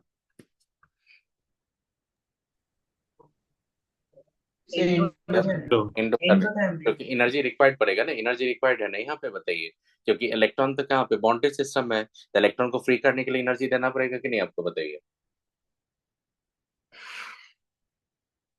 आप बेटा बता दो कितना एनर्जी देना पड़ेगा यहाँ पे, ग्राउंड स्टेट से आप निकाल रहा हूँ, मतलब कि इलेक्ट्रॉन कहाँ पे सामने फर्स्ट ऑर्बिट में। 13.6 13.50. तो अगर मान लीजिए मैं बोलूंगा सीधा 13.4 इलेक्ट्रो 13.6 इलेक्ट्रोवोल्ट अगर मैं बोल दूंगा पर एटम, तो पर एटम ये वैलिड है कि नहीं बताना आप लोग। Yes, sir. Yes, sir. सुनो मैं एक चीज बता रहा हूँ आपको, एक फॉर्मूला मैं लिख रहा हूँ यहाँ पे for hydrogen hydrogen like species के लिए। आयनाइजेशन एनर्जी का बात क्या होता है कि इलेक्ट्रॉन कहाँ पे अल्टीमेटली जाता है ये बताना। बंदे बोल इलेक्ट्रॉन को होता है आयनाइजेशन में इनफाइनाइट nth ऑर्बिट। किसी भी ऑर्बिट से इलेक्ट्रॉन को अगर इनफाइनाइट पे लेके जाएंगे तो उसको क्या बोलेंगे हम लोग, आयनाइजेशन। बेटा बोल इनफाइनाइट पे एनर्जी क्या होता है, जीरो। Yes, sir. और यहाँ पे जब जाएंगे तो ये क्या होता है आपका 13 पॉइंट, आप क्या लेते हो फॉर्मूला लेते हो याद करो, आप लेते हो ना यहाँ पे 2.18 इंटू 10⁻18, क्या लिखते हो बेटा, That's correct. 18 Z² bye N² करेंगे। अब बताइए निगेटिव निगेटिव पॉजिटिव हो जाएगा तो 2.18 इंटू 10⁻18 रहेगा कि नहीं आपका। ये जूल पर एटम होगा कि पर मोल होगा बताइए आप लोग। पर एटम। Joule. जूल। अब ये बताइए जब हम लोग ग्राउंड स्टेट से रिमूव करते हैं तो हाइड्रोजन लाइक स्पीसीज में एन का वैल्यू हमेशा 1 आ जाएगा कि नहीं। Yes Sir. अब बेटा जब हाइड्रोजन लाइक स्पीसीज में बात करेंगे तो एन का वैल्यू में से कितना लेंगे बताइए। 1. 1। तो मैं कर ली कॉपी, तो मैं आगे कंक्लूजन लिख देता हूँ यहाँ पे। सांगी क्या बुझे तो फॉर हाइड्रोजन दोनों की एन का तो 1. 1। देखिए यहाँ पे लिख रहा हूँ आयनाइजेशन की बात कर रहा हूँ। आयनाइजेशन एनर्जी को ये भी तब फाइंड कर सकते हो ना, देखना था यहाँ पे 13.6 लिखेंगे हम लोग, Z² बाय N² करेंगे इलेक्ट्रोवोल्ट पर एटम, कर सकते हैं यहाँ पे। Here n equal to 1 for hydrogen and hydrogen like species. अगर इसी को किलो जूल पर मोल में जाएंगे तो कब की हो जाएगा मंथली बोल, किलो जूल पर मोल 1312।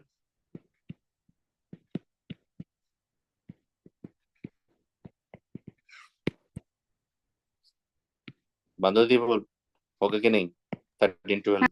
हाँ, तो बताइए, तो आपके पास ऑप्शन बहुत सारा हो गया। अगर पर मोल में कैलकुलेशन देगा 1312 का ऑप्शन लेके फॉर्मूला लीजिएगा। अगर किलो जूल में देगा तो 2.18 का फॉर्मूला यूज कीजिएगा। अगर इलेक्ट्रोवोल्ट में देगा तो 13.6 का लीजिएगा। आई बात समझ में आकाश। Yes, sir. राजेश में तो समझ में आ गया बेटा, कैसे करोगे 1312 कहाँ पे कौन सा फॉर्मूला यूज करें। Sir. अब देखियो मैं जो बता रहा हूँ आपको,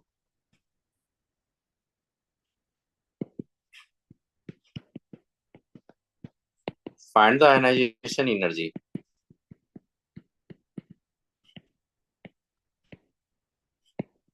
ऑफ He+ आयन। बेटा बता दोगे आप,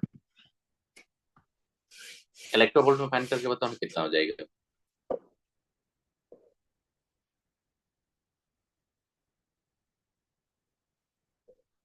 ज्यादा बताइए बेटा कितना हो जाएगा।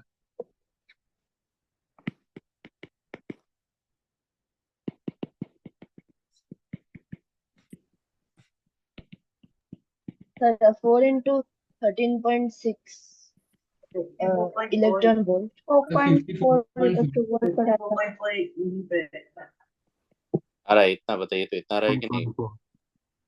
Yes, sir. तो बताइए, अब ये बता दो हाइड्रोजन में एक इलेक्ट्रॉन कितना प्रोटॉन से बॉन्डेड था, 1 से। अरे बेटा हाइड्रोजन के न्यूक्लियस में तो एक ही प्रोटॉन होता है ना, तो वो जो प्रोटॉन होगा न्यूक्लियस से कितना प्रोटॉन से बॉन्डेड है, 1 प्रोटॉन से। और हमेशा बताइए हीलियम He+ में जब जाएंगे तो उसमें प्रोटॉन तो 2 होता है, तो वहां पे एक इलेक्ट्रॉन, वही इलेक्ट्रॉन कितना न्यूक्लियस से बॉन्डेड है, 2 से, 2 प्रोटॉन से। तो बताइए कहाँ पे ज्यादा फोर्स ऑफ अट्रैक्शन होगा, He+ में यस सर। आयनाइजेशन ज्यादा होगा कि नहीं, चेक कर लो। हाँ सर। आप बेटा ये बता दो, जो एनर्जी लेवल्स आपने हाइड्रोजन में देखा, सेम एनर्जी लेवल्स आपका रहेगा He+ में? नहीं। No, sir. और सेम एनर्जी लेवल आपका Li2+ में मिलेगा? नो। No, sir. आप बताओ, डिफरेंट एलिमेंट के लिए जो एनर्जी लेवल से डिफर कर जाएगा कि नहीं? Yes, sir. तो डिफरेंट एनर्जी अगर डिफर कर जाएगी एनर्जी लेवल्स, तो फिर जब स्पेक्ट्रम का स्टडी करूंगा तो डिफरेंस इन एनर्जी लेवल भी तो डिफर कर जाएगा। Yes sir. कभी भी दो एलिमेंट का स्पेक्ट्रम सेम हो सकता है? No, sir. No sir. Same नहीं हो सकता। तो बेटा कंक्लूजन लिखा है यहाँ पे, जो मैंने लिखा समझ में आ गया यहाँ तक का? স্যার बोल। তাহলে স্যার আয়োনাইজ এনার্জি থেকে গ্রাউন্ড স্টেটে কত এনার্জি দেবে সেটাও ক্যালকুলেট করা যেতে পারে, 54.4 ইভি পার ইভি হবে এখানে, মাইনাস 54.4। মাইনাস কেন হবে? এটাতে রেখে এটা তো জিরো হয়ে যাবে। না না, আমি শুধু এনার্জি লেভেলটা বলছি গ্রাউন্ড স্টেটের। গ্রাউন্ড স্টেট জন্য হাইড্রোজেন জন্য n=1 বুঝেছো? হ্যাঁ, তো ওটা হিলিয়ামের জন্য ফার্স্ট অরবিটে হবে মাইনাস 54.4 তো। हम्म हम्म, हम्म। देख नो तब Z² n का भी -13 तो -54.4 চলে আসছে। হ্যাঁ ঠিক আছে। अच्छा एक, अब एक बताइए, हाइड्रोजन लाइक स्पीसीज का किसी का भी आयनाइजेशन एनर्जी दे देगा तो उसी को निगेटिव कर देंगे तो फर्स्ट ऑर्बिट एनर्जी आ जाएगी कि नहीं? वो Yes, sir. तो ये Yes, याद sir. रखिए, बहुत हेल्प करेगा। जेईमेन का क्वेश्चन इसी में ट्विस्ट करता है, याद रखिएगा इसको। अब लिखो, नेक्स्ट लिखो आप लोग। दूसरा तीस ये क्या था, रेडियस बता दिए। फोर्थ होगा, फोर्थ लिखो आप लोग। जिसमें तो आपने पूछा था ये ऑर्बिटल फ्रीक्वेंसी का कुछ क्वेश्चन था टाइम पीरियड का। ये सर ये दूसरा आ रहा था, एक क्वेश्चन सिमिलर क्वेश्चन था पर आंसर गलत आ रहा था। नहीं नहीं, बता रहा हूँ, इसका एक्सप्रेशन बता देंगे तो अपने आप समझ में आ जाएगा। क्या बता रहा हूँ सुनिएगा, क्या बता रहा हूँ सुनिएगा। ऑर्बिटल फ्रीक्वेंसी का जो फॉर्मूला होता है वो बहुत कंट्रोवर्शियल ये था, तो मैं एफ ही लिख देता हूँ, एफ लिख देता हूँ, राइट, एफ ही लिख देता हूँ। तो क्या होता है ऑर्बिटल फ्रीक्वेंसी? देखिएगा, ऑर्बिटल फ्रीक्वेंसी क्या होता है, ये होता है number of revolution made by an electron पर सेकेंड इन एन ऑर्बिट। किसी ये सिंपल बोल रहा है कि आपके पास न्यूक्लियस होता है, न्यूक्लियस के सराउंडिंग में आप ऑर्बिट होता है, आप ऑर्बिट में इलेक्ट्रॉन यहाँ पे मूव करता है, तो आप देखो कितना स्पीड से जा रहा है, कितना स्मॉलर ऑर्बिट में जा रहा है। तो पर सेकंड एक ही रिवोल्यूशन होगा कि मोर देन वन रिवोल्यूशन होगा? More than one revolution. Yes, sir. तो उसी नंबर ऑफ रिवोल्यूशन को बोलते हैं हम लोग ऑर्बिटल फ्रीक्वेंसी। आप बता दो डिस्टेंस पर यूनिट टाइम क्या होता है? वी। अरे बताओ, आप जो वी डिस्टेंस बोलते हो 5 मीटर पर सेकंड होता है, इसका मतलब क्या होता है? 5 मीटर आपने पर सेकंड में ट्रेवल किया कि नहीं? Yes sir. देख, अब वी को अगर मान लो कि एक सरकमफ्रेंस पे जा रहे हो, ये सरकमफ्रेंस से होता है 2πr का डिस्टेंस पे। आप बता दो एक कंप्लीट रिवोल्यूशन में जब आप यहाँ से एक कंप्लीट रिवोल्यूशन करते हो तो आप कितना डिस्टेंस ट्रेवल करते हो? 2πr। Bye. Yes, sir. अब पर सेकंड में आप कितना डिस्टेंस ट्रेवल कर रहे हैं? वी। Yes. तो पर सेकंड का डिस्टेंस को अगर हम लोग एक रिवोल्यूशन का डिस्टेंस से डिवाइड कर देंगे तो number of revolution per second आ जाएगा कि नहीं? Yes, sir. इसका यूनिट होता है आरपीएस, मतलब कि रिवोल्यूशन पर सेकंड,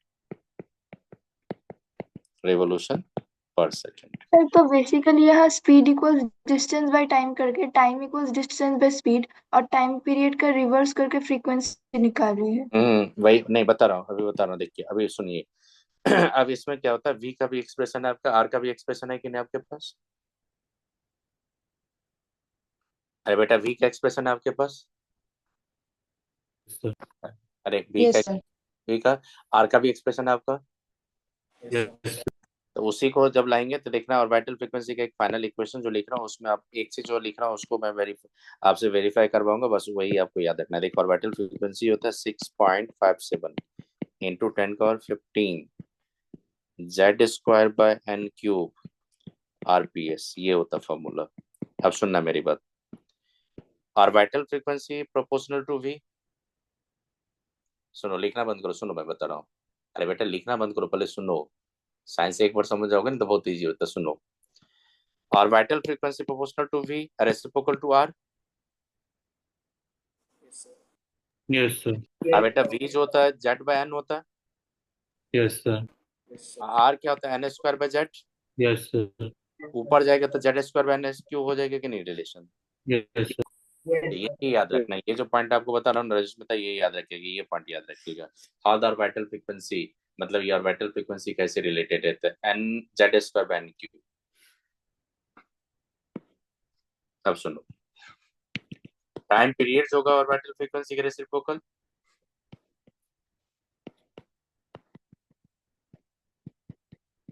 अरे वाइटल फ्रीक्वेंसी के रेसिप्रोकल होता है कि नहीं टाइम पीरियड? Yes, sir. तो आप बताइए, टाइम पीरियड का रिलेशन अगर जाएंगे तो वही उसी को रेसिप्रोकल कर देंगे, सीधा एन और जेड के साथ रिलेशन बताओ, तो n cube by Z square हो जाएगा कि नहीं? यही इंपॉर्टेंट पॉइंट है, ये सब याद रखो ना बेटा, यही सब एक को याद रखोगे सारा आपका कैलकुलेशन आ जाएगा। इसमें तो आएगा समझ में, जेड और एन से कैसे वेरी होता है ऑर्बिटल फ्रीक्वेंसी या टाइम पीरियड। राजेश में तो बताइए, समझ में आइए कैसे वेरिएशन होता है ये जेड और एन से। Yes sir. স্যার আমি E ইকুয়ালস এইচ নিউ দিয়ে করছিলাম, তো ওটা করলে কেন আসছে না? ना ना ना ना देख, ওটা न्यू आपका न्यू लेके जो जा रहे थे वहां पे स्पीड ऑफ लाइट के रिस्पेक्ट में गए थे, वो नहीं होगा, ये रिवोल्यूशन हो रहा है आपका, स्टैंडिंग वेव है ये आपका। वो ये फोटोन का फ्रीक्वेंसी है। नहीं, प्रोकॉन फ्रीक्वेंसी आएंगे तो प्रोपगेट होता है ना, वो प्रोपगेट होता है ना, ये वो तो प्रोपगेट करता है ना, तो वो प्रोपगेशन का जो ऑर्बिटल फ्रीक्वेंसी उसके साथ नहीं आएगा, सीधा यहाँ पे एक स्टैंडिंग वेव है, तो स्टैंडिंग के तरफ जाता है ना एक ऑर्बिट पे, तो उसका कंडीशन डिफरेंट होता है। এটা বুঝেছো তো? Yes sir. স্যার কিন্তু আমার ফার্স্ট আনসারটা তাহলে কি করে ম্যাচ করলাম? আমি তো ইকুয়ালস এইচ নিউ দিয়ে করেছিলাম। এটা দেখ দেখ, ওটা ফ্রিকোয়েন্সি যে ছিল ফ্রিকোয়েন্সি, ওটার জন্য এনার্জি ডিফারেন্স নিয়ে নিবি, তাহলে ওই দিকে নিউ আসছে, চলে আসবে। এটা বলে দিয়েছি আমি, स्पेक्ट्रम दिए बोले दीजिए, এটা বুঝেছো तो जेड और एन। Yes sir. এটা क्वेश्चन कैसा आता है वो पहले देखिए, उसके बाद मैं आपको बता देता हूँ, सुनना। एक क्वेश्चन बता दो सामने, এটা দেখবে, এটা क्वेश्चन বলে দিয়েছি টপিক রিলেটেড, তাহলে বুঝে যাবে এটা। ठीक, एक क्वेश्चन में दिखा रहा हूँ आपको, देखने यहाँ पे।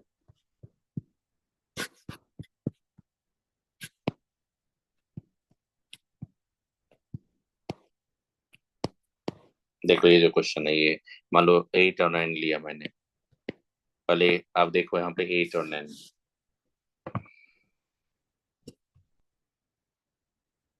हर चीज का बताइए, 8 और 9 हो जाएगा। 8 पहले देखो, टाइम पीरियड का बोल रहा है आपका, in the second orbit of hydrogen to third orbit.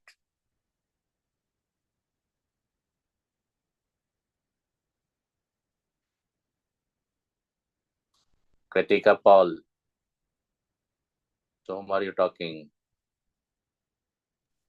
Sir मेरी मम्मी मेडिसिन दे दी पर पानी नहीं दिया। अच्छा ठीक है, पानी नहीं दिए, अच्छा पी लीजिए। चलिए बताइए, 8 का सोल्यूशन बताइए, आप लोग खुद से बताइए। राजेश में तब सेम रकम क्वेश्चन चलो कि नहीं बोल। Same question. हाँ सेम क्वेश्चन আছে, তাহলে তারিখ पर এটা বুঝে अब समझ में आ जाएगा, ये बन जाएगा ना आपको স্যার সি। हाँ, अब बताइए ये किसका बोल रहा है, साइनिक बोल रहा है, second orbit of hydrogen, yes sir. তাই জন্য n ইকুয়াল টু কত হয়ে যাবে 2, 2। কত 1, और थर्ड ऑर्बिट এটা ऐसी प्लस, তাহলে n इक्वल टू कितना होगा 3, या z कितना लेंगे बताइए, आकाश कितना लेंगे, z इक्वल टू 2। 2. तो अब वहां से आपका क्या होगा, टाइम पीरियड के साथ रिलेशन था, n cube by Z square, वहां से देख के पुट करके देखो रेशियो क्या हो जाएगा। Sir, 27/30. देवृदिता बताइए कौन सा रहा आपका बेटा, थर्ड ऑप्शन आ रहा है कि सभी ए, कौन सा रहा आपका? সি। सी। अच्छा मैं हाइड्रोजन का बात कर रहा हूँ, तो हाइड्रोजन का जब बात करेंगे तो क्या हो जाएगा यहाँ पे आपका 2 का क्यूब बाई क्या हो जाएगा आपका 1 का स्क्वायर, और He प्लस का बात करेंगे तो क्या हो जाएगा देखने यहाँ पे 3 स्क्वायर बाय 2 का स्क्वायर। आपका हाइड्रोजन टू हीलियम का मैं बात करूंगा, तो जैसे ये रेशियो लेंगे तो 8 बाय हो जाएगा आपका 27 इनटू हो जाएगा आपका 4, मतलब 32/27। तो कौन सा ऑप्शन हो जाएगा, सी ऑप्शन आ जाएगा, नहीं सी नहीं हो जाएगा, बी ऑप्शन हो जाएगा कि नहीं बताइए आप लोग, बी। अब ये बताइए 9 खुद से कीजिए आप लोग, हरजी सर कीजिए, 9 खुद से कीजिए आप लोग, सृजा कीजिए, नमन आप खुद से करके बताइए, प्रज्ञान भट्टाचार्य खुद से करो बेटा, निर्मालियो सर खुद से करो 9। इतना साइलेंट रहो, खुद से करो बेटा ये सब।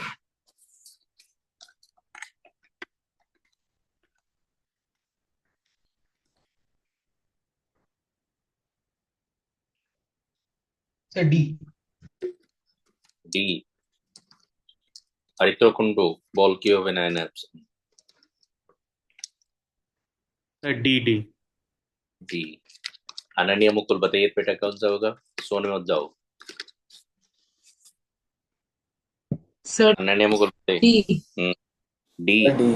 डी। अच्छा डी होगा आंसर। डी लॉक कर दे, बताइए डी लॉक कर दे। Yes sir D. हाँ yes sir sir. D lock. Lock कर दे।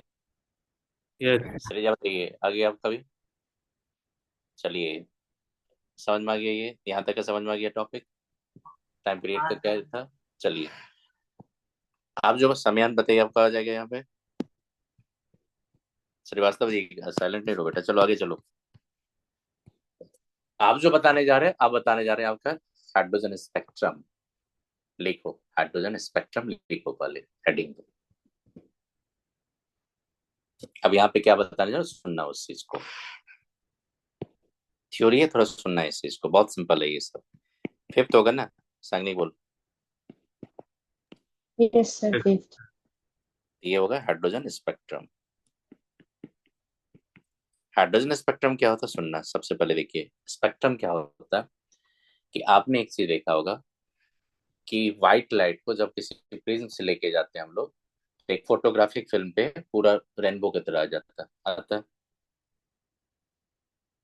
और आपने देखा होगा कि जिस रेडिएशन का वेवलेंथ ज्यादा ज्यादा होता है उसका बैंड कम होता है, और जिसका वेवलेंथ कम होता है उसका बैंड ज्यादा होता है।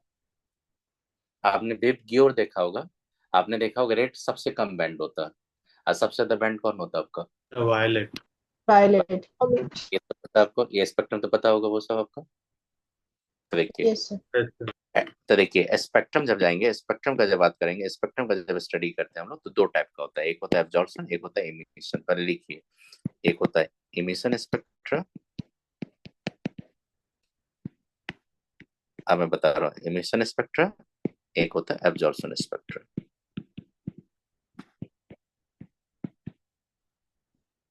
ये इसी को स्पेक्ट्रम भी बोलते हैं। साइंटिफिक स्पेक्ट्रम बोला जाए। देखिए इमिशन स्पेक्ट्रा कब होता है, एब्जॉर्प्शन स्पेक्ट्रा कब होता है, इसको सुनिएगा क्या बता रहा हूँ।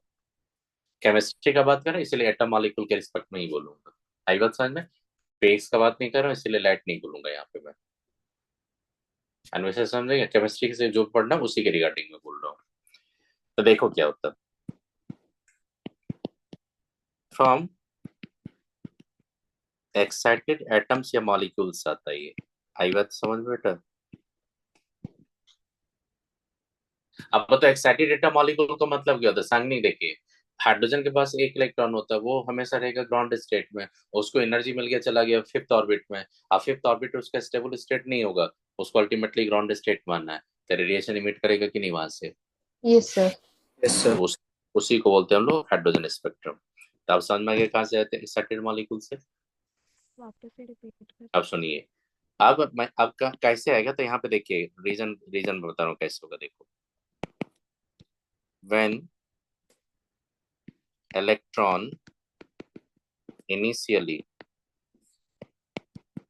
excited to a higher energy levels,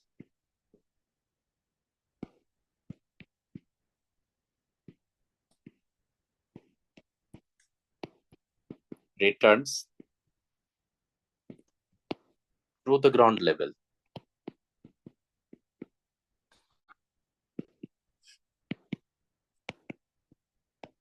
Lower energy levels. देखो सांगनिक में क्या होता है ना, एक सिंपल थ्योरी होता है। मम्मी पापा से कितना भी झगड़ा कर लो, सुनो बता रहा हूँ, सुनो एक सिंपल बता रहा हूँ। मम्मी पापा से कितना भी झगड़ा करो, अल्टीमेटली आपको सॉरी बोलना ही पड़ेगा। होता है कि नहीं है? अर्जी से बताओ, मम्मी पापा से कितना भी झगड़ा करो, कितना भी बोलो मैं बात नहीं करूंगा आपसे, आप ये कर दो, रूम में जाके बंद हो जाओ, आप रो लो जितना रोना है रो लो, लेकिन थोड़ा देर के बाद नॉर्मल हो जाते हो आप। होते हो कि नहीं है? तो होता क्या है कि एटम का जो ग्राउंड स्टेट होता है वो स्टेबल स्टेट होता है। जैसे वो एक्साइटेड स्टेट में जाता है वो स्टेबल स्टेट नहीं होता, मेटा अनस्टेबल स्टेट होता है। उसको घर को मतलब कि लास्ट माना है कहाँ पे, ग्राउंड स्टेट में ही। तो कहीं भी अगर एक्साइटेड एटम मॉलिक्यूल होगा इसका मतलब ग्राउंड स्टेट से बाहर है वो इलेक्ट्रॉन्स, अल्टीमेटली उसको आना है ग्राउंड स्टेट में। तो बेटा जब ग्राउंड स्टेट में अल्टीमेटली आएगा तो क्या करेगा, सुनो एक सिंपल बता रहा हूँ। आप 2 फ्लोर की स्टोरी बिल्डिंग पे रहते हो, मान लो, सुनो 2 फ्लोर का बिल्डिंग है आपका, आप रहते हो कहीं पे, मम्मा से गुस्सा करके आप चले गए 2nd फ्लोर पे। थोड़ा देर के बाद नॉर्मल हो गए, मम्मा ने आपको थोड़ा प्यार ही दिया कि फोन पे करके, मेरे बेटा आ जाओ ये देंगे ये खिलाएंगे, जैसे प्यार से हो गया। आप एक्साइटेड होके क्या करोगे, सीढ़ी जंप करके नीचे आ जाते हो कि नहीं, फिर होता है कि नहीं है। तो वैसे इलेक्ट्रॉन ऊपर जाता है तो उसको नीचे आने में क्या होता है, उसको खुशी मिलता है, भाग भाग के आता है नीचे। अब 2 तरह का होता है बच्चा, एक बच्चा ऐसा होता है कि मन मायूस करके नीचे आता है तो एक एक स्टेप करके आता है। कोई बच्चा ऐसा होता है सृजा पल की तरह खुश हो जाती है, एकदम जंप करके आ जाती है। तो कोई बच्चा लेस नंबर ऑफ स्टेप्स में आएगा, कुछ बच्चा ज्यादा स्टेप्स में आएगा, कुछ बच्चा आते रहेगा, उसको टान टान के लाना पड़ेगा, आएगा सब वहां पे नीचे। तो बेटा समझ में आ गया कि जब आप एक्साइटेड स्टेट से ग्राउंड स्टेट में आओगे, अब वहां पे बहुत सारे एटम मॉलिक्यूल्स होगा। एक सिंपल सांगनिक बता रहा हूँ कि एक एक्साइटेड एटम्स आपका अगर 10 एटम्स है और सबका सब 5th ऑर्बिट में है, अगर उसको फर्स्ट स्टेप में आना है तो कोई 5th से 4 में आएगा, 4 से 2 में आएगा, 2 से 1 में आएगा, कोई सीधा 5th से 1 में आ जाएगा, किसी में 5th से 2 में आएगा, फिर 2 से 1 में आएगा। पॉसिबिलिटी हो सकता है कि नहीं यहाँ पे। ইয়েস স্যার, মানে तो बहुत, সবাই 5 থেকে 1-এ আসবে এরকম কিছু মানে हाँ না? हाँ, तो डिफरेंट डिफरेंट स्टेप आएगा तो बहुत सारा पॉसिबिलिटी आ जाएगा कि नहीं वहां पे, बताइए। Yes sir. Yes. तो चलिए क्या होगा कि देखिए, अब क्या होगा देखो, द डिफरेंस बिटवीन, लिखिए, difference difference between these energy levels will be emitted as radiation with different frequency or any frequency, So different. Definitely. different frequency है कि नहीं यहाँ पे। ये जो different frequency है यही होता है this is evidence of, this is evidence of the presence of quantized energy levels in atoms और molecules। अगर आपको बोले एटम मॉलिक्यूल अगर डिफरेंट क्वांटाइज्ड एनर्जी लेवल है उसके लिए कौन आपका रिस्पॉन्सिबल है, कौन रिस्पॉन्सिबल उसके लिए, स्पेक्ट्रम। तो बेटा ये समझ में आ गया कि इमिशन स्पेक्ट्रम कब आएगा आपका, जब एटम मॉलिक्यूल किस में रहेगा आपका, एक्साइटेड स्टेट में। तो देखो कैसा आता है, एक सिंपल बता रहा हूँ देखना। मान लो एक रफ फिगर में बता रहा हूँ आपको, देखो ये मान लो कि एक मैंने डिस्चार्ज ट्यूब लिया, यहाँ पे इलेक्ट्रोड फिट कर दिया मैंने। अब तो इलेक्ट्रोड फिट करने के बाद यहाँ पे हाइड्रोजन मैंने फिल करके रखा है, और ये हाइड्रोजन के यहाँ पे बता दो एक्साइटेड स्टेट में। अब ये रेडिएशन इमिट्स करेगा, रेडिएशन इमिट्स करेगा बेटा, ये रेडिएशन इमिट्स करेगा, क्या करेंगे, एक स्लिट ले लेंगे। एक स्लिट में क्या होता है, यहाँ पे होल होता है, उस स्लिट के थ्रू हम लोग क्या करते हैं, इसको नैरो कर देते हैं। नैरो करने के बाद इसको प्रिज्म पे लेके आ जाएंगे। आपने देखा होगा इस तरह का प्रिज्म होता है, बंद इटा जाने तो इटा प्रिज्म है, स्पेक्ट्रम जनों को थे जब प्रिज्म में, देखो प्रिज्म है ये। अब इस प्रिज्म पे जाओगे, जैसे रेडिएशन प्रिज्म पे आ जाएंगे तो यहाँ पे क्या होता है, एक फोटोग्राफिक फिल्म होता है आपका, रहता है कि नहीं, जहाँ पे ऑब्जर्वर होता है, बताइए आप लोग बेटा। Yes, sir. एक फोटोग्राफिक फिल्म है, मान लो ये फोटोग्राफिक फिल्म आपका, इस फिल्म को मैं क्या करूँ देखना, यहाँ पे वैसे ही जो जैसे आपको दिखता फोटोग्राफिक फिल्म एक्सरे की तरह, वैसे मैं फिल कर देता हूँ, देखना यहाँ पे फिल कर दिया, ये फोटोग्राफिक फिल्म है। आई बात समझ में। अब क्या होता है, ये फिल्म पे क्या होगा, जैसे इलेक्ट्रॉन आपका ग्राउंड स्टेट में आएगा, जैसे यहाँ से ये जा रहा है आपका, अब क्या होगा देखना, स्प्लिट करके क्या हो जाएगा, मान लो यहाँ पे एक प्रिज्म पे, यहाँ पे आपका क्या हो जाएगा कि रेड कलर आ जाएगा, कुछ लाइन आ जाएगा रेड कलर का, कुछ आपका यहाँ पे देखो लाइन आ जाएगा येलो कलर का, ऐसे जाएगा कुछ आपका ग्रीन कलर का, इस तरह का लाइन सब आ गया, इस तरह का लाइन सब आ रहा है आपका, देखना यहाँ पे कुछ वायलेट कलर के इस तरह का लाइन सब आ रहा है आपका। तो बेटा ये कंटिन्यूअस स्पेक्ट्रम है कि डिसकंटिन्यूअस स्पेक्ट्रम है, ये बताना सिर्फ आप। डिसकंटिन्यूअस। Continuous. क्योंकि आप खुद से बताइए, रेड कलर के बीच में और येलो कलर के बीच में गैप आ गया कि नहीं, डार्क लाइन है कि नहीं, बताइए बेटा। Yes, sir.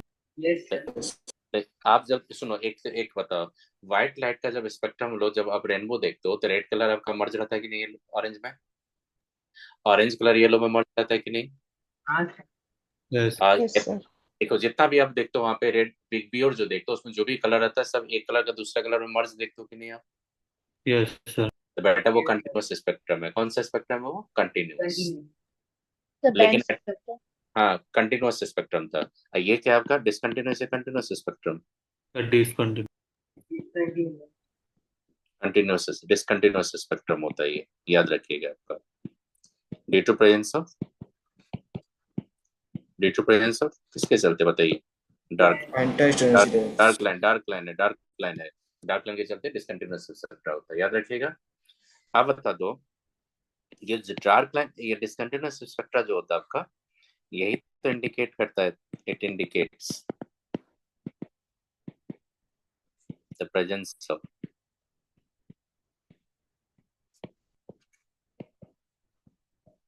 Quantized energy levels. अगर स्कूल के एग्जाम में पूछेगा आपको क्वांटाइज्ड एनर्जी लेवल्स, तो बोलोगे डिसकंटिन्यूअस स्पेक्ट्रा। ऐसा समझना कि डिसकंटिन्यूअस स्पेक्ट्रा क्यों बोलते हैं इसको हम लोग।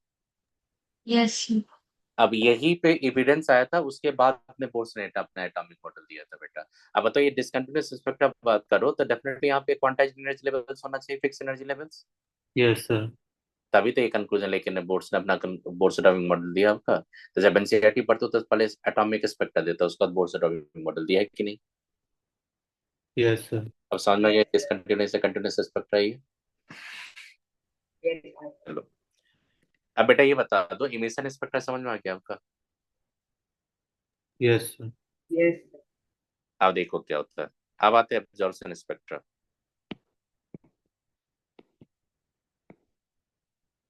When radiation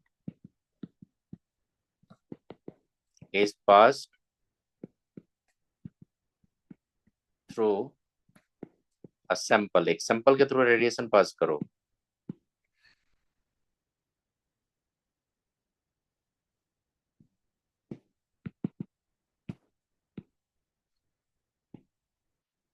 some wavelength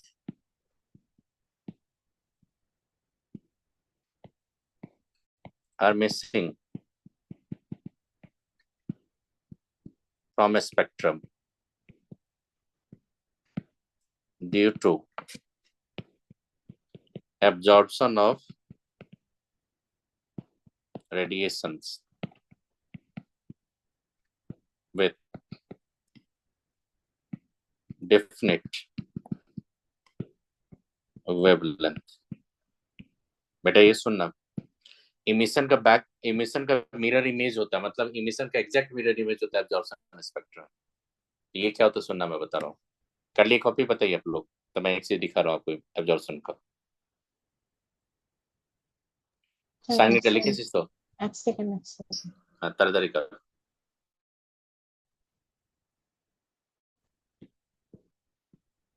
D2 absorption होता है, यहाँ पे एब्जॉर्प्शन होगा तो ये क्या लिखा हूँ बता रहा हूँ। 1 लीटर एक बात कर, कॉपी कर लिया, तो मैं बता रहा हूँ इसका एक से दिखा रहा हूँ आपको, देखिएगा सुनिए। यहाँ से थोड़ा बता देता हूँ, यहाँ पे आपको समझ में आ जाएगा, देखना क्या होता है। देखो यहाँ पे देखना बेटा, ये स्पेक्ट्रम जो दिया है बोर्ड्स एटॉमिक मॉडल से स्पेक्ट्रम का ले दिया, इस स्पेक्ट्रम के इस फिगर को देखना, एक बता दिया मैंने और एक दूसरा मैं यहाँ पे बता रहा हूँ आपको कैसे देखना है। यहाँ पे इस फिगर को देखना, सुनना। देखो यहाँ पे एक्साइटेड सैंपल लिया आपने, एक्साइटेड सैंपल से आपने स्पेक्ट्रम स्टडी किया बेटा, ये इमिशन या एब्जॉर्प्शन स्पेक्ट्रम। इमिशन। अब एब्जॉर्प्शन पे आइए, देखिए यहाँ पे व्हाइट लाइट सोर्स लिया आपने, एब्जॉर्बिंग सैंपल पे आपने दिया, और फिर वहां पे उसी लाइट को एब्जॉर्बिंग सैंपल से वो पास करके लाइट आ गया, वो इमिट नहीं कर रहा, वो पास उसी के थ्रू हो रहा है। प्रेजेंट पे गए आप लोग, देखो यहाँ पे डार्क लाइन सब आ गया कि नहीं, कहीं कहीं पे बताओ तो आप लोग व्हाइट कलर में। continuous spectra. नहीं नहीं, कंटिन्यूअस नहीं है, देखिए रेड कलर से बीच में डार्क लाइन आ रहा है कि नहीं। Yes. इसका मतलब क्या होता है कि आप व्हाइट लाइट जब लेते हो तो व्हाइट लाइट में क्या होता है, बिग बियर होता है। Yes, sir. अन्वेषा बताइए, बिग बियर होता है आपका। तो बिग बियर में आप तो जानते हो कि क्या होता है कि आपका वायलेट इंडिगो सब मर्ज रहता है आपका। आप सैंपल, अब देखो एक एब्जॉर्बिंग सैंपल है, उससे आपने वो व्हाइट कलर पास किया आपने, व्हाइट कलर जैसे उधर आपको अपोजिट साइड मिला, उसको आपने प्रिज्म पे लेके गया, और जब स्पेक्ट्रम का स्टडी किया तो अंदर देखो ये बेटा क्या होगा कि जो आपका मर्ज कर रहा था बीच बीच में डार्क लाइन कहीं पे आ गया कि नहीं। Yes, sir. तो बेटा यस यस ये भी तो डिसकंटिन्यूअस ही हो गया, कंटिन्यूअस कहाँ से बोलेंगे इसको। तो ये दोनों का दोनों स्पेक्ट्रा क्या है, डिसकंटिन्यूअस कंटिन्यूअस स्पेक्ट्रा, डिसकंटिन्यूअस। अब तो ये डिसकंटिन्यूअस स्पेक्ट्रा क्या इंडिकेट करता है, presence of quantized energy levels या any amount of energy levels, quantized. Quantized. अब समझ में आ गया यहाँ पे। अब सुनिए, अब क्या होता है कि समटाइम क्या होता है कि आपके पास एटम्स होता है, एक सुनो बता रहा हूँ आपको, इमिशन स्पेक्ट्रा जब पढ़ते हैं ना, इमिशन स्पेक्ट्रा, तो सुनिए क्या पढ़ता है, इमिशन स्पेक्ट्रा की बात कर रहा हूँ मैं। सांगिटा देखो मैं क्या बोलता हूँ, इमिशन स्पेक्ट्रम की बात कर रहा हूँ। तो ये इमिशन स्पेक्ट्रा एक्साइटेड एटम्स अगर रहेगा, यहाँ से आता है आपका, याद रखिएगा, लाइन स्पेक्ट्रा। क्या होता है, कैसा स्पेक्ट्रा आता है आपका, लाइन स्पेक्ट्रा। और एक्साइटेड अगर मॉलिक्यूल्स रहेगा आपका, तो वो हमेशा देता है आपका बैंड स्पेक्ट्रा। अब बोलोगे ऐसा क्या होता है, स्पेक्ट्रा में डिफरेंस क्या होगा, देखना यार, देखना मैं बता रहा हूँ आपको। ये स्पेक्ट्रा दिखा रहा हूँ, दोनों स्पेक्ट्रा के बारे में बता दूंगा आपको, देखना। लाइन बैंड स्पेक्ट्रा क्या होता है, किसी एटम में जाएंगे बेटा, किसी एटम में जब जाएंगे तो किसी एटम, आपको ये पता है ना कि स्पेक्ट्रम का सोर्स कौन है, ये पहले बताइए, transition of electrons. Yes, sir. अरे बेटा किसी एटम का बात करेंगे तो उसमें स्पेक्ट्रम कैसे होगा, due to transition of electrons. Yes. तो ट्रांजिशन ऑफ इलेक्ट्रॉन के चलते जब जाएंगे तो ट्रांजिशन ऑफ इलेक्ट्रॉन के चलते क्या होगा कि मान लो एक लाइन आया डार्क, ये लाइन आया, वो आपका आएगा वहां पे। तो मान लो ये एक लाइन मिला आपको, फिर मान लो कि इस तरह का ये लाइन मिला आपको, ऐसा कुछ मिल रहा है आपको। तो ये जो बेटा लाइन से मिल रहा है, ये सब लाइन क्या मिल रहा है आपको, ये क्या दिखा रहा है, लाइन स्पेक्ट्रा है, बैंड स्पेक्ट्रा, लाइन।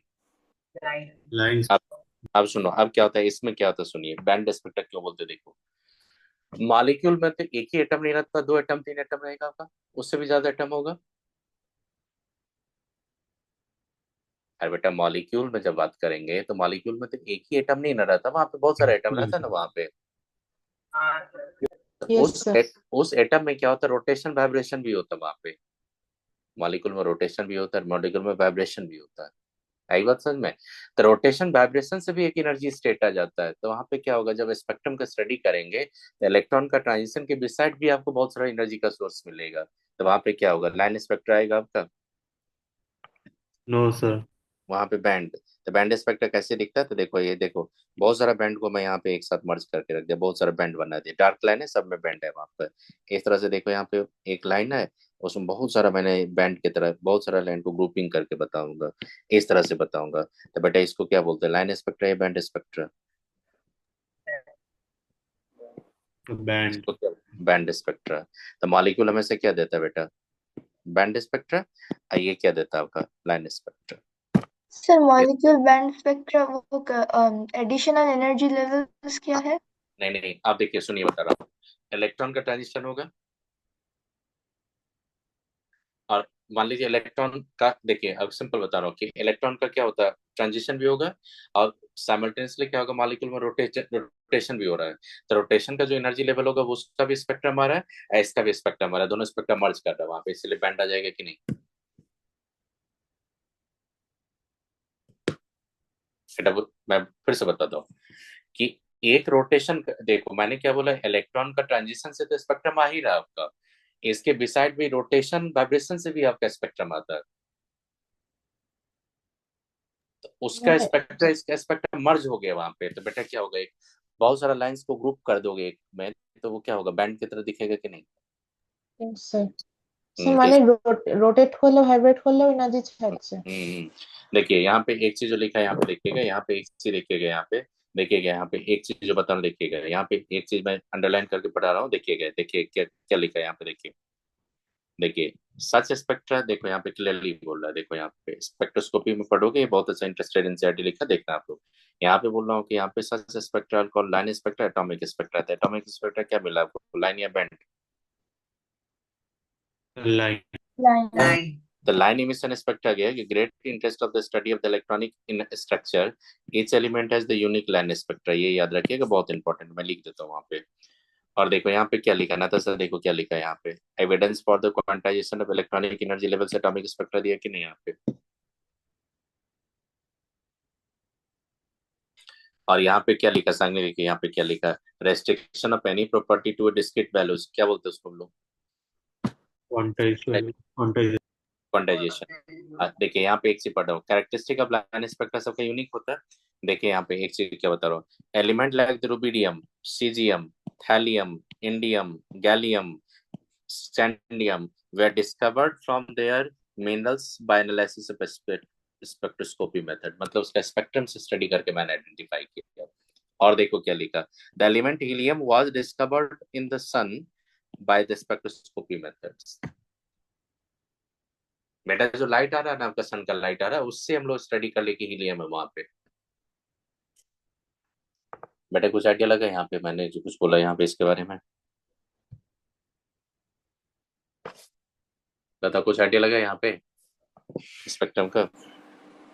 यस तो मैं एक चीज जो लिख रहा हूँ यहाँ पे, एक चीज जो पॉइंट करके, ये जो पॉइंट लिख रहा हूँ यहाँ पे, ये चीज थोड़ा आप लोग याद रखिएगा, इसको आपके स्कूल के एग्जाम में या कहीं पे पूछ देता है तो उसको याद रखिएगा। क्या लिखा है यहाँ पे देखो, एलिमेंट्स, ये एनसीईआरटी का लाइन है, मैं लिख देता हूँ वहाँ पे, मैं वहीं से लाइन कॉपी पेस्ट करके लिख दिया, आप लोग खुद से लिख लेना है यहाँ पे, देखो क्या लिख रहा हूँ मैं, ये सब याद रखिएगा, ये सब आपका जो एडवांस का भी जो क्वेश्चन आता है उसमें भी फ्रेमिंग करके दे सकता है, इसलिए याद रखिएगा।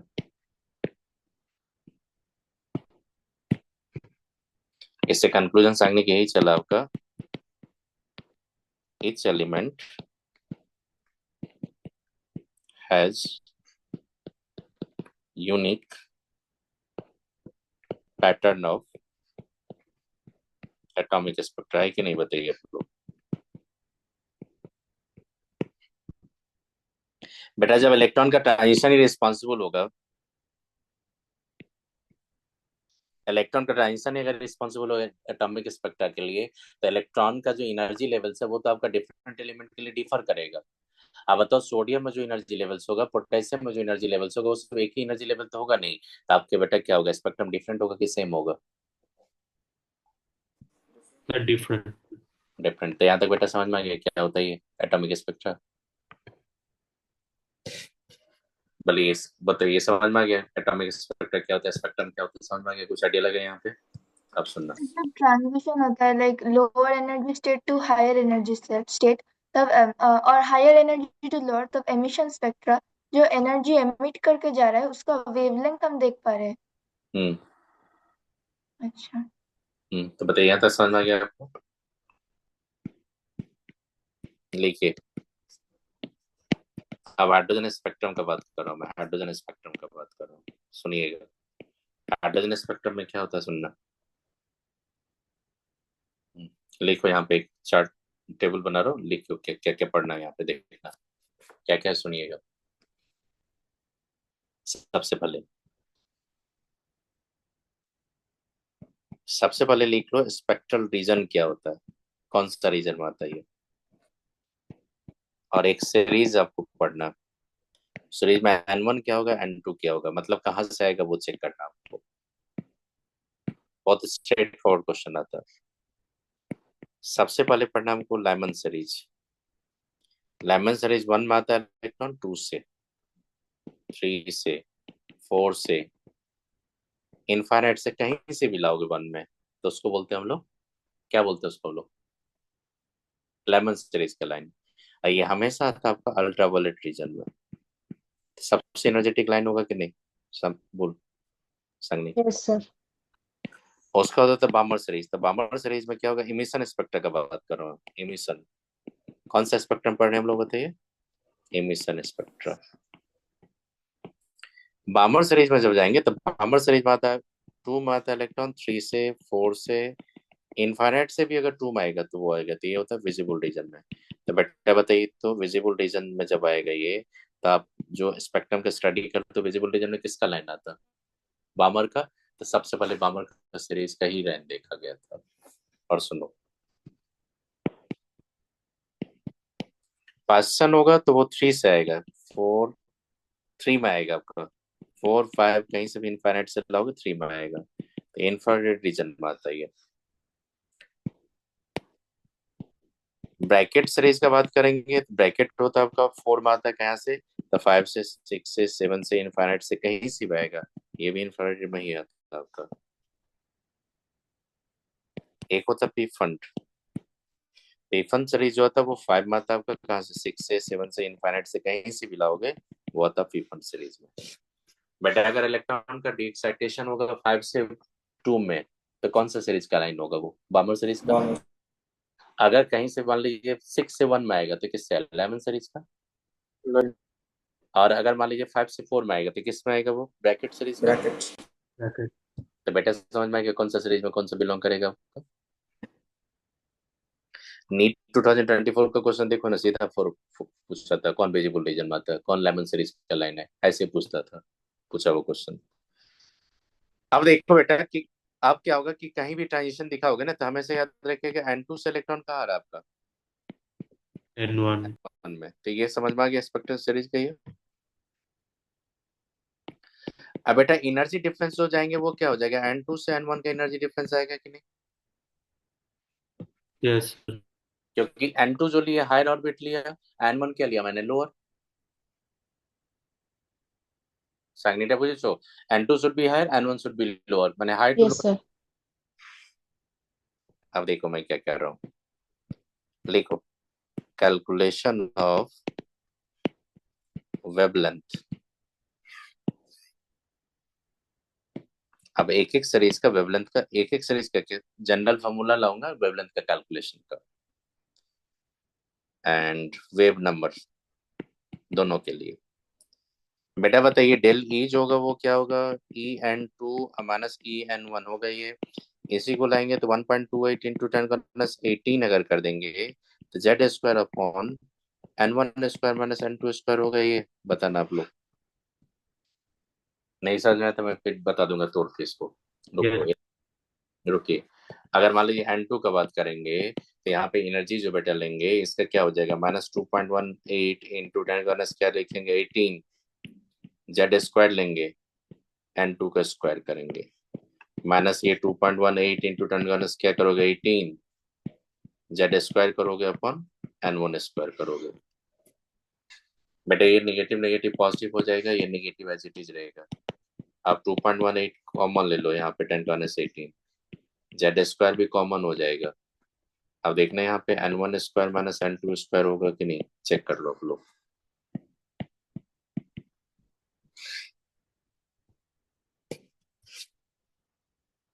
बेटा बताओ तो ये फॉर्मूला यूज करके अगर कहीं भी अगर इलेक्ट्रॉन जाएगा किसी ऑर्बिट में तो उसको कितना एनर्जी इमिट करेगा, एब्जॉर्ब करेगा, फाइंड कर सकते हैं कि नहीं हम लोग? ओके, अब ये बताना आप लोग। साइनी बोल डेली इक्वल टू की है SC by lambda. Yes sir. SC by lambda अगर करेंगे तो यहाँ पे SC बाय लैम्डा अगर करेंगे तो ये 2.18 इंटू क्या हो जाएगा? 10⁻18 जेड स्क्वायर अपन क्या होगा? N1 square minus N2 square हो जाएगा। अब बेटा बताओ तो 1 बाय लैम्डा इक्वल टू क्या होगा? न्यू बार 2.18 इंटू 10⁻18 अपॉन HC। बेटा ये कुछ कांस्टेंट आ जाएगा यहाँ पे,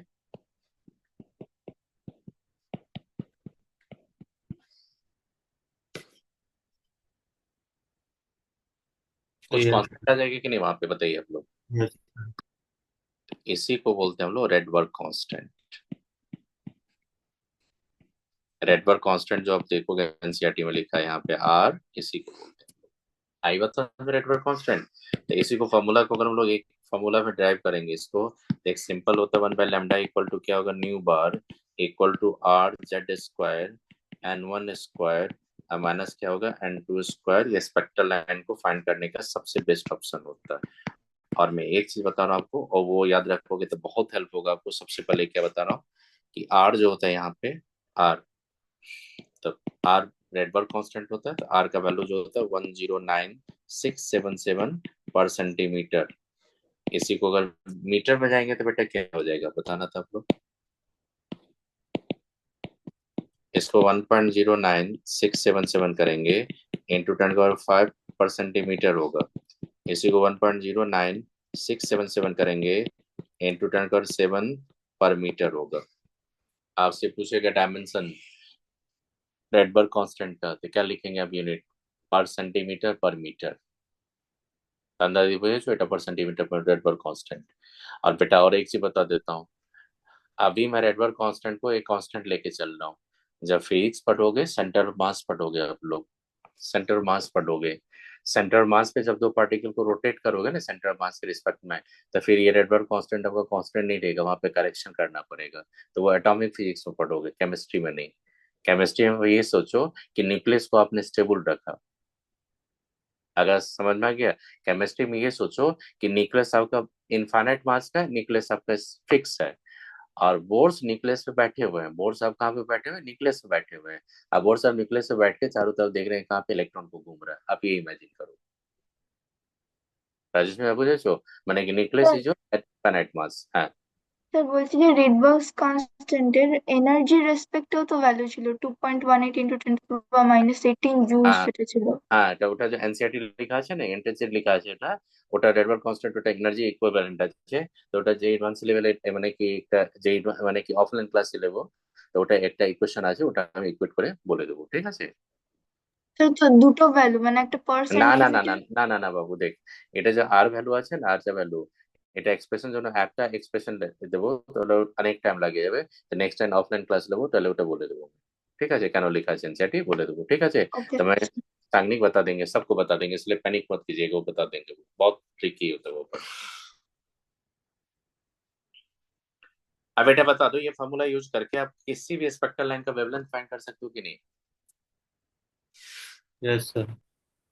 और और थोड़ा इजी करने के लिए एक और बता रहा हूँ, आप इसको अगर याद रखोगे तो बहुत इजी हो जाएगा आपका कैलकुलेशन। 1/r का कैलकुलेशन तो हमेशा आने वाला आपका, वेवलेंथ लेगो तो रेसिप्रोकल करो तो 1/r आ जाएगा कि नहीं। एस का वैल्यू 912 एंगस्ट्रॉम लेके चलना, देखना कैलकुलेशन बहुत इजी हो जाएगा आपका। इसमें तो पूछे सांगनिक ने पूछे 1/r का वैल्यू कितना लेना, 1/r का वैल्यू 912 लेके चलना, आपका कैलकुलेशन इजी आ जाएगा। मान लो कहीं पे आपने, जैसे देखो मैं बता रहा हूँ आपको, देखो फॉर एग्जाम्पल लेमन सीरीज का बात कर रहा हूँ मैं, तो लेमन सीरीज का मैं फर्स्ट लाइन और लास्ट लाइन का बात कर रहा हूँ, फर्स्ट लाइन का बात कर रहा हूँ। तो बेटा फर्स्ट लाइन का मतलब क्या होता है कि n2 से n1 में इलेक्ट्रॉन आएगा, और ये हाइड्रोजन का बात कर रहा हूँ। तो बताइए 1/λ कितना हो जाएगा, सांगनिक बोल तो बाबू 1/λ का कितना हो जाएगा, 1² माइनस 2²। Yes sir. तो बेटा ये कितना हो जाएगा आपका, देखो तो 1/912। नहीं नहीं 1/4 हो जाएगा ना, तो 3r/4 हो जाएगा कि नहीं। तो लैम्डा जाएंगे तो 4/3r आ जाएगा कि नहीं, बताइए आप लोग। Yes sir. तो 4/3 करेंगे, 1/4 इंटू क्या करेंगे, 912 कर देंगे। जैसे उधर 3 करेंगे श्रीजा बताइए कितना हो जाएगा, ये 304 आ जाएगा कि नहीं आपका। मल्टीप्लाई कर दो आप, तो ये 6 हो जाएगा आपका, ये 1 हो जाएगा आपका, 12। ये एंगस्ट्रॉम आ रहा है कि नहीं, बताओ तो आप लोग। Yes sir. समझ में मैंने कैसे किया यहाँ पे। 1/r का मैंने क्या किया वहां पे, 1/r को क्या किया मैंने, 900 हो रहा है। देखिए सही क्या कि नहीं, वहां पे चेक करो, आपका 1/4 था वहां पे। जैसे मैंने किया कि यहाँ पे 304 कर दिए, और फिर वहां से 4 से मल्टीप्लाई करके लेके चले गए। और लास्ट लाइन का बात करोगे, लास्ट लाइन का बात करेंगे, तो लास्ट लाइन का मतलब क्या होता है, इनफाइनाइट से इलेक्ट्रॉन आता है, और N1 में आएगा आपका। इसका वेवलेंथ बताइए क्या होगा बेटा।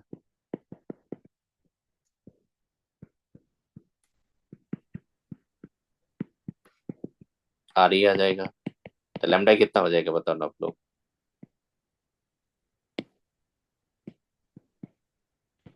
बेटा तो 1/r का वैल्यू हो जाएंगे, तो लैम्डा कितना हो जाएगा।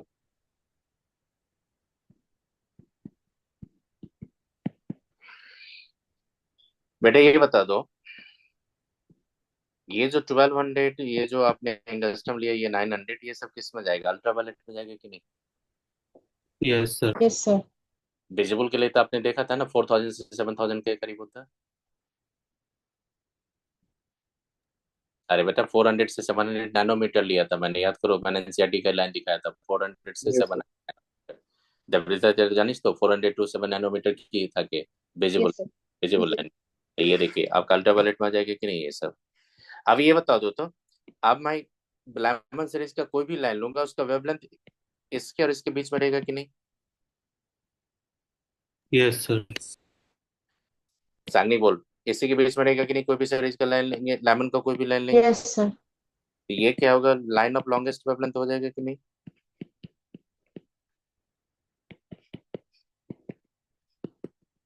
लाइन ऑफ लोएस्ट एनर्जी हो जाएगा कि नहीं ये।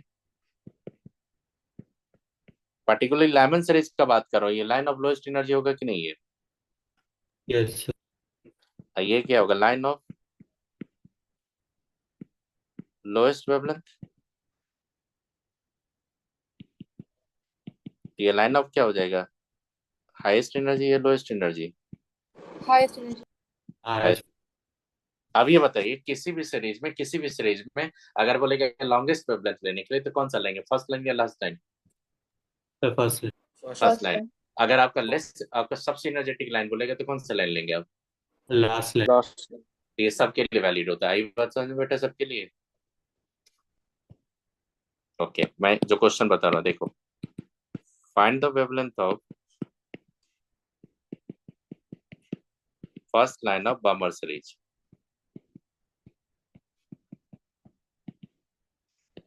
इन हाइड्रोजन एटम। बताइए first line of Balmer series in hydrogen atom को बात कर रहे हैं यहाँ पे। अब मेरे को बताना क्या हो जाएगा इसमें। सांगनी बोल, एन कत হবে। N2 3 and N1 2. 2। Yes sir. अब बताइए इसका जो वेवलेंथ फाइंड करेंगे, 1/λ फाइंड करेंगे, तो आर लेंगे, और यहाँ पे 2 का स्क्वायर करेंगे या 3 का स्क्वायर करोगे बेटा, कितना हो जाएगा 3। अब देखो 5r/25r कितना रहा आपका, 4 लेंगे 9 लेंगे, 5r कितना रहा, 36 आ रहा है कि नहीं। Yes sir. तो लैम्डा कितना हो जाएगा, 36/5r।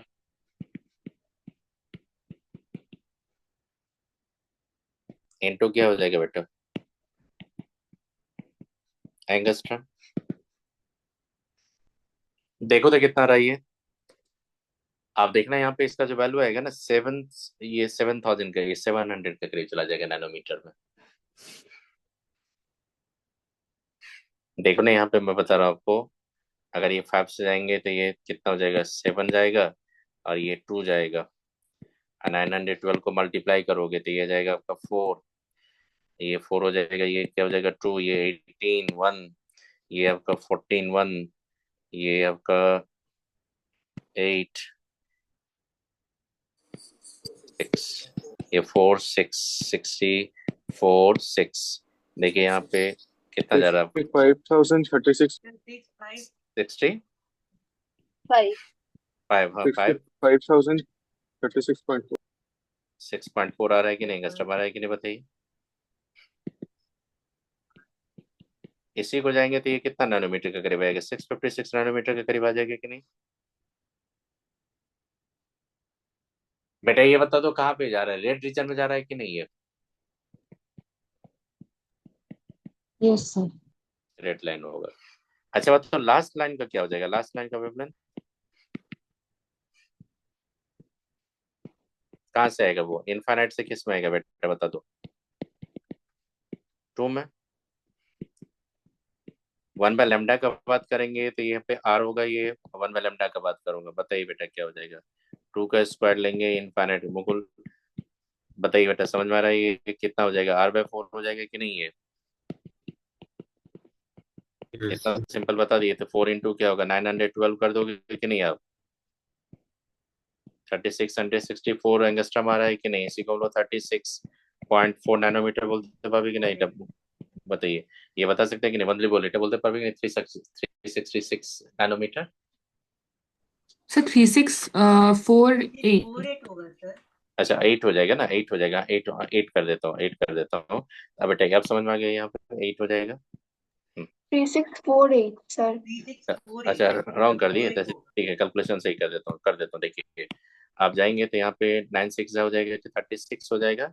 अब वहाँ पे 48 आ जाएगा। सही है भैया? एंगस्ट्रम। इसको 36.48 क्या करते हैं? नैनोमीटर कर सकते हैं। बेटा ये कहाँ पे हो गया? अल्ट्रावायलेट रीजन में आ गया कि नहीं? पास क्लोज।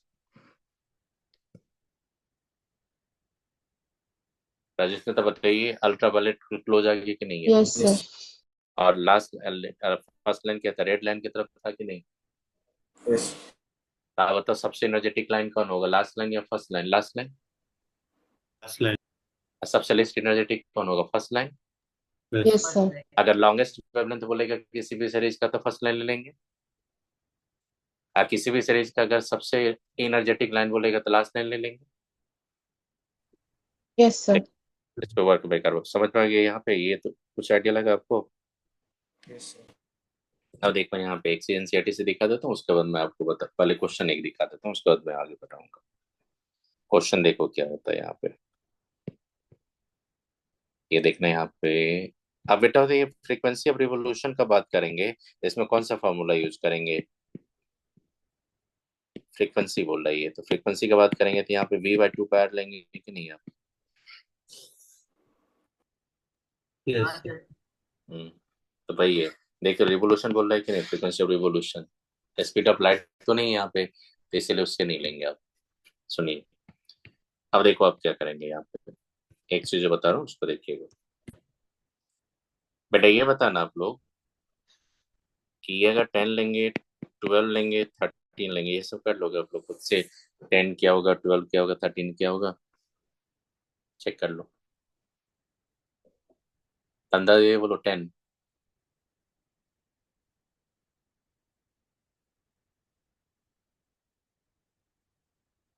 पासन सीरीज का शॉर्टेस्ट वेवलेंथ तो लास्ट लाइन होगा कि फर्स्ट लाइन होगा? Last. Last line. Last line. यहाँ पे N1 N2 क्या होगा? खुद से करके आप देखिए क्या हो जाएगा। आर का वैल्यू, आर के टर्म में एक्सप्रेस करना आपको। और Li2 प्लस का जेड कितना लेंगे? 3 ले लेंगे। तो करिए खुद से कीजिए आप लोग क्या होगा। सांगनी वही जो कर। प्रज्ञान समझ में आ गया? Yes sir. अच्छा चलो करो बेटा। आदित्य कुंदू बताइए। देवदत्ता दीदी बुझे छोटा तो 10। Yes sir. Ishani Sengupta sir B. B. जी सर। राइट। Okay right. जी. अब बताइए तो क्या कौन सा ऑप्शन होगा? बताइए आप लोग। श्रेया बताइए, नताशा बताइए तो कौन सा होगा? सुनाई नहीं, बताइए बेटा कौन सा होगा?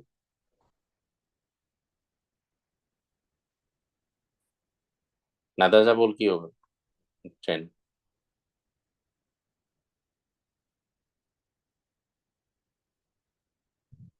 सर 10 बी হবে।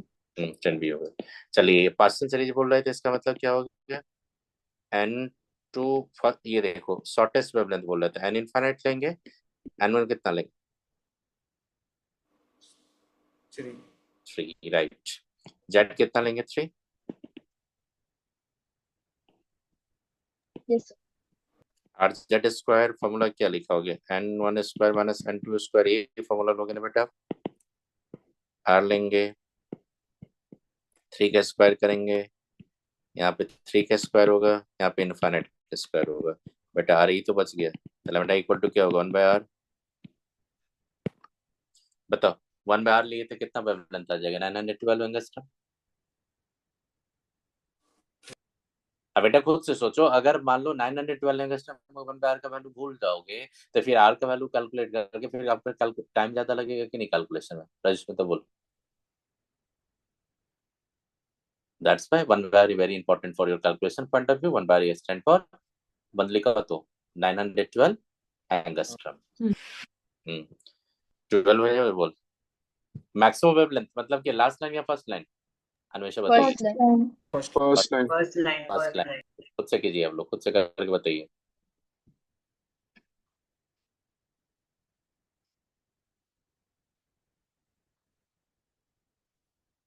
Sir none of these 4/3 are question. ना ना जेड का तो होगा, जेड सर Z2 तो 2. क्या बोल रहा है? मैक्सिमम वेवलेंथ बोल रहा है आपका लेमन सीरीज का। सर B होगा। हाँ तो 1/r लेंगे, जेड क्या होगा 2 का स्क्वायर लेंगे। अब बोला है कि मैक्सिमम वेवलेंथ, इसका मतलब क्या होगा आपका 1 स्क्वायर माइनस 2 स्क्वायर। तो ऑप्शन B तो 4r लेंगे, यहाँ पे कितना हो जाएगा बताइए बेटा? 3/4 हो जाएगा कि नहीं? होगा। 4। ये कैंसिल हो जाएगा आपका, तो लैम्डा इक्वल टू 1/3r हो जाएगा कि नहीं? Yes sir. तो कौन सा हो जाएगा? B option. B option. 13 भी कुछ नैनोमीटर में दे दिया बेटा आपको। और नैनोमीटर में जो बोल रहा है वो इंफ्रारेड रेट में बोल रहा है। और 7 में आ रहा है वो, और 7 से किस में आएगा वो पूछ रहा है आपसे। तो सीधा क्या करेंगे बेटा, यहाँ पे 12 7 नैनोमीटर आप ले लोगे। यहाँ पे देखना, मैं बता रहा हूँ। आप क्या करना, 1/λ पुट कर देना। r(z²) किसके लिए बोल रहा है ये बेटा? हाइड्रोजन के लिए बोल रहा है, किसी हाइड्रोजन के लिए? और इसका बता रहा हूँ कहाँ पे आ रहा है, कहाँ से आ रहा है ये बेटा? बताओ तो कहाँ से आ रहा है ये? सर 7। n² कर देंगे, और ये 7² से आ रहा है आपका। आगे यहाँ पे अब देखो कैसे करेंगे। इसको वैल्यू को क्या करेंगे, इसका वैल्यू कितना दिया बेटा? ये 1270। इसका वैल्यू कितना होता है आपको पता है? कितना होता है इसका वैल्यू बताओ? 91.2 नैनोमीटर। 1/n² आ जाएगा इधर आपका 49। आप लेके रखोगे इसको, फिर इसको इधर लेके जाओगे, मल्टीप्लाई कर दोगे, और फिर उधर से करोगे n² लोगे, अपने आप आ जाएगा कौन सा होगा। नहीं कर लोगे आप लोग? सर r का वैल्यू कैसे 91? अलग दिया हुआ है इसमें। नहीं, r का वैल्यू गलती कर लिया, वहाँ पे 1/r का वैल्यू होना चाहिए, तो 1/91 कर दीजिए, 1/91.2 कर दीजिए नैनोमीटर। क्योंकि 1/r का वैल्यू कितना बोले थे? 912 एंगस्ट्रॉम बोले थे। तो उसी को करेंगे तो 91.2 नैनोमीटर नहीं आ जाएगा वो? नैनोमीटर में दिया ना, इसलिए नैनोमीटर में रखने के लिए किया। कर लेंगे आप लोग, बताइए। देखो कहाँ पे आ जाएगा। 7 से तो आ रहा है, किस में आ रहा है देखो। मेरे को अगर बोलोगे तो मैं तो पता कर, इसमें 3 होगा, इसमें एक 4 दिया, एक 6 दिया, आपका 5 दिया। डिफरेंस आपका देखोगे यहाँ पे इंफ्रारेड में दे रहा है वेवलेंथ, तो ये आ जाएगा आपका 12। नहीं, कैलकुलेट करना पड़ेगा, बहुत क्लोज सब दिया। हमेशा साइलेंट करो, कैलकुलेशन करो।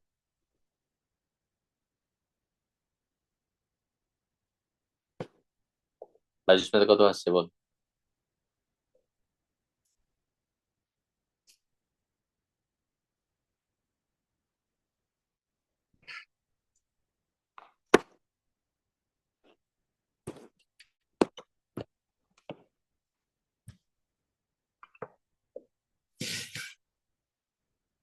साइनी बोल कर दो आज से।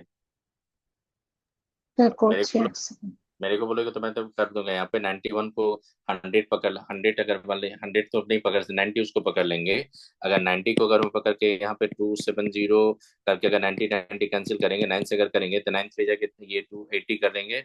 और 18 से जैसे जा रहा है, 18 का कितना होगा? 3 7 आ जाएगा, 6 ले लेंगे, मतलब कि 94 जाके कितना 24 ले लेंगे सीधा।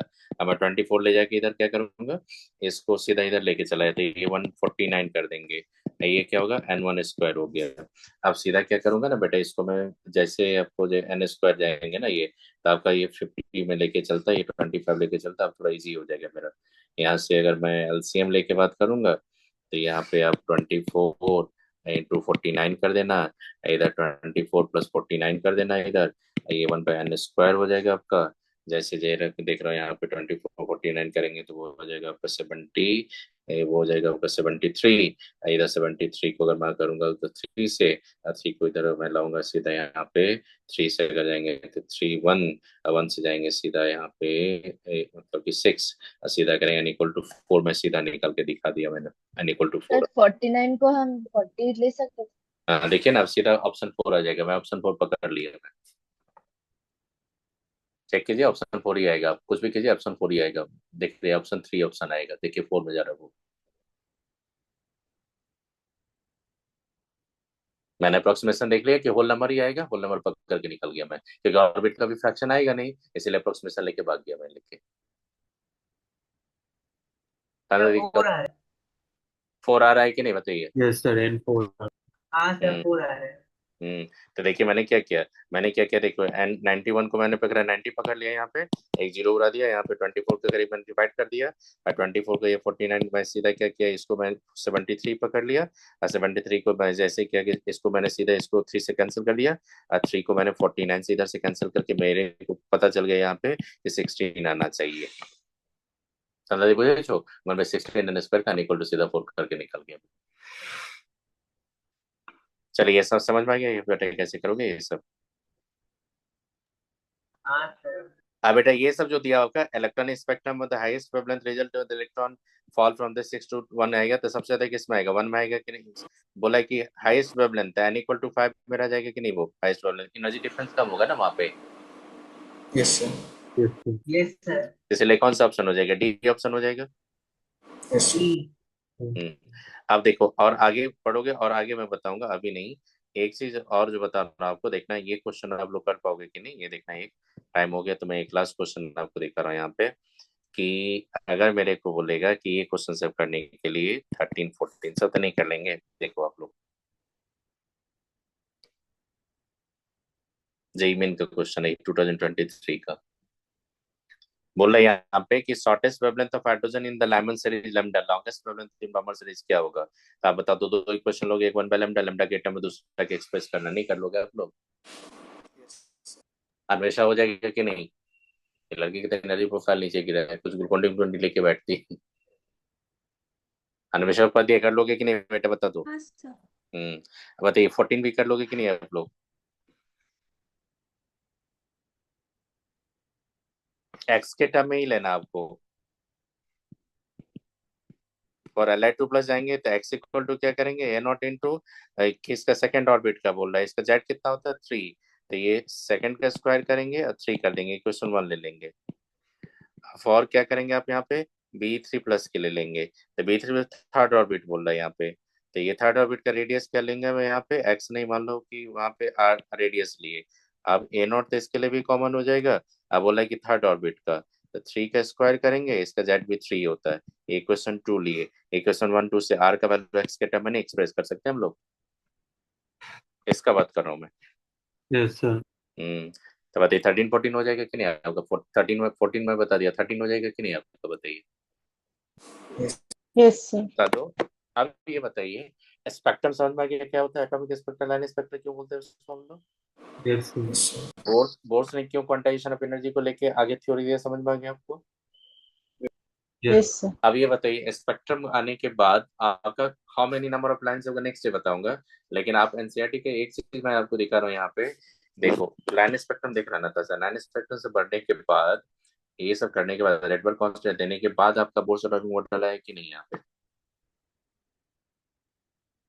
तो क्लियरली बोल रहा है कि नहीं यहाँ पे, देखो स्टिल यूज फॉर, देखो ये बोल रहा है कि एक्सप्लेन, देखो नील्स बोर्स ने first explain quantitative general feature of hydrogen atomic spectrum, its spectrum, though the theory is not modern quantum mechanics से मैच नहीं कर रहा है, it can still be use rationalize the many parts of the atomic spectrum. Bohr's model or hydrogen atom is based on the following postulation आगे। तो बेटा ये spectrum के बाद ये थ्योरी आया, आई बात समझ में आपको। Yes sir. चलिए यस सर। अब देखो बेटा यहाँ पे देख लो कि फर्स्ट सेकंड के बीच में देख लो गैप कितना ज्यादा है, बहुत ज्यादा गैप है कि नहीं। Yes sir. और उसके बाद देखो सब में यस गैप सर। कम, जैसे दूर जाने कम गैप कम होते चला गया कि नहीं, चेक कर लो आप लोग। Yes sir. और देखो यस। बामर सीरीज का कलरफुल लाइन दिया कि नहीं यहाँ पे। Yes sir.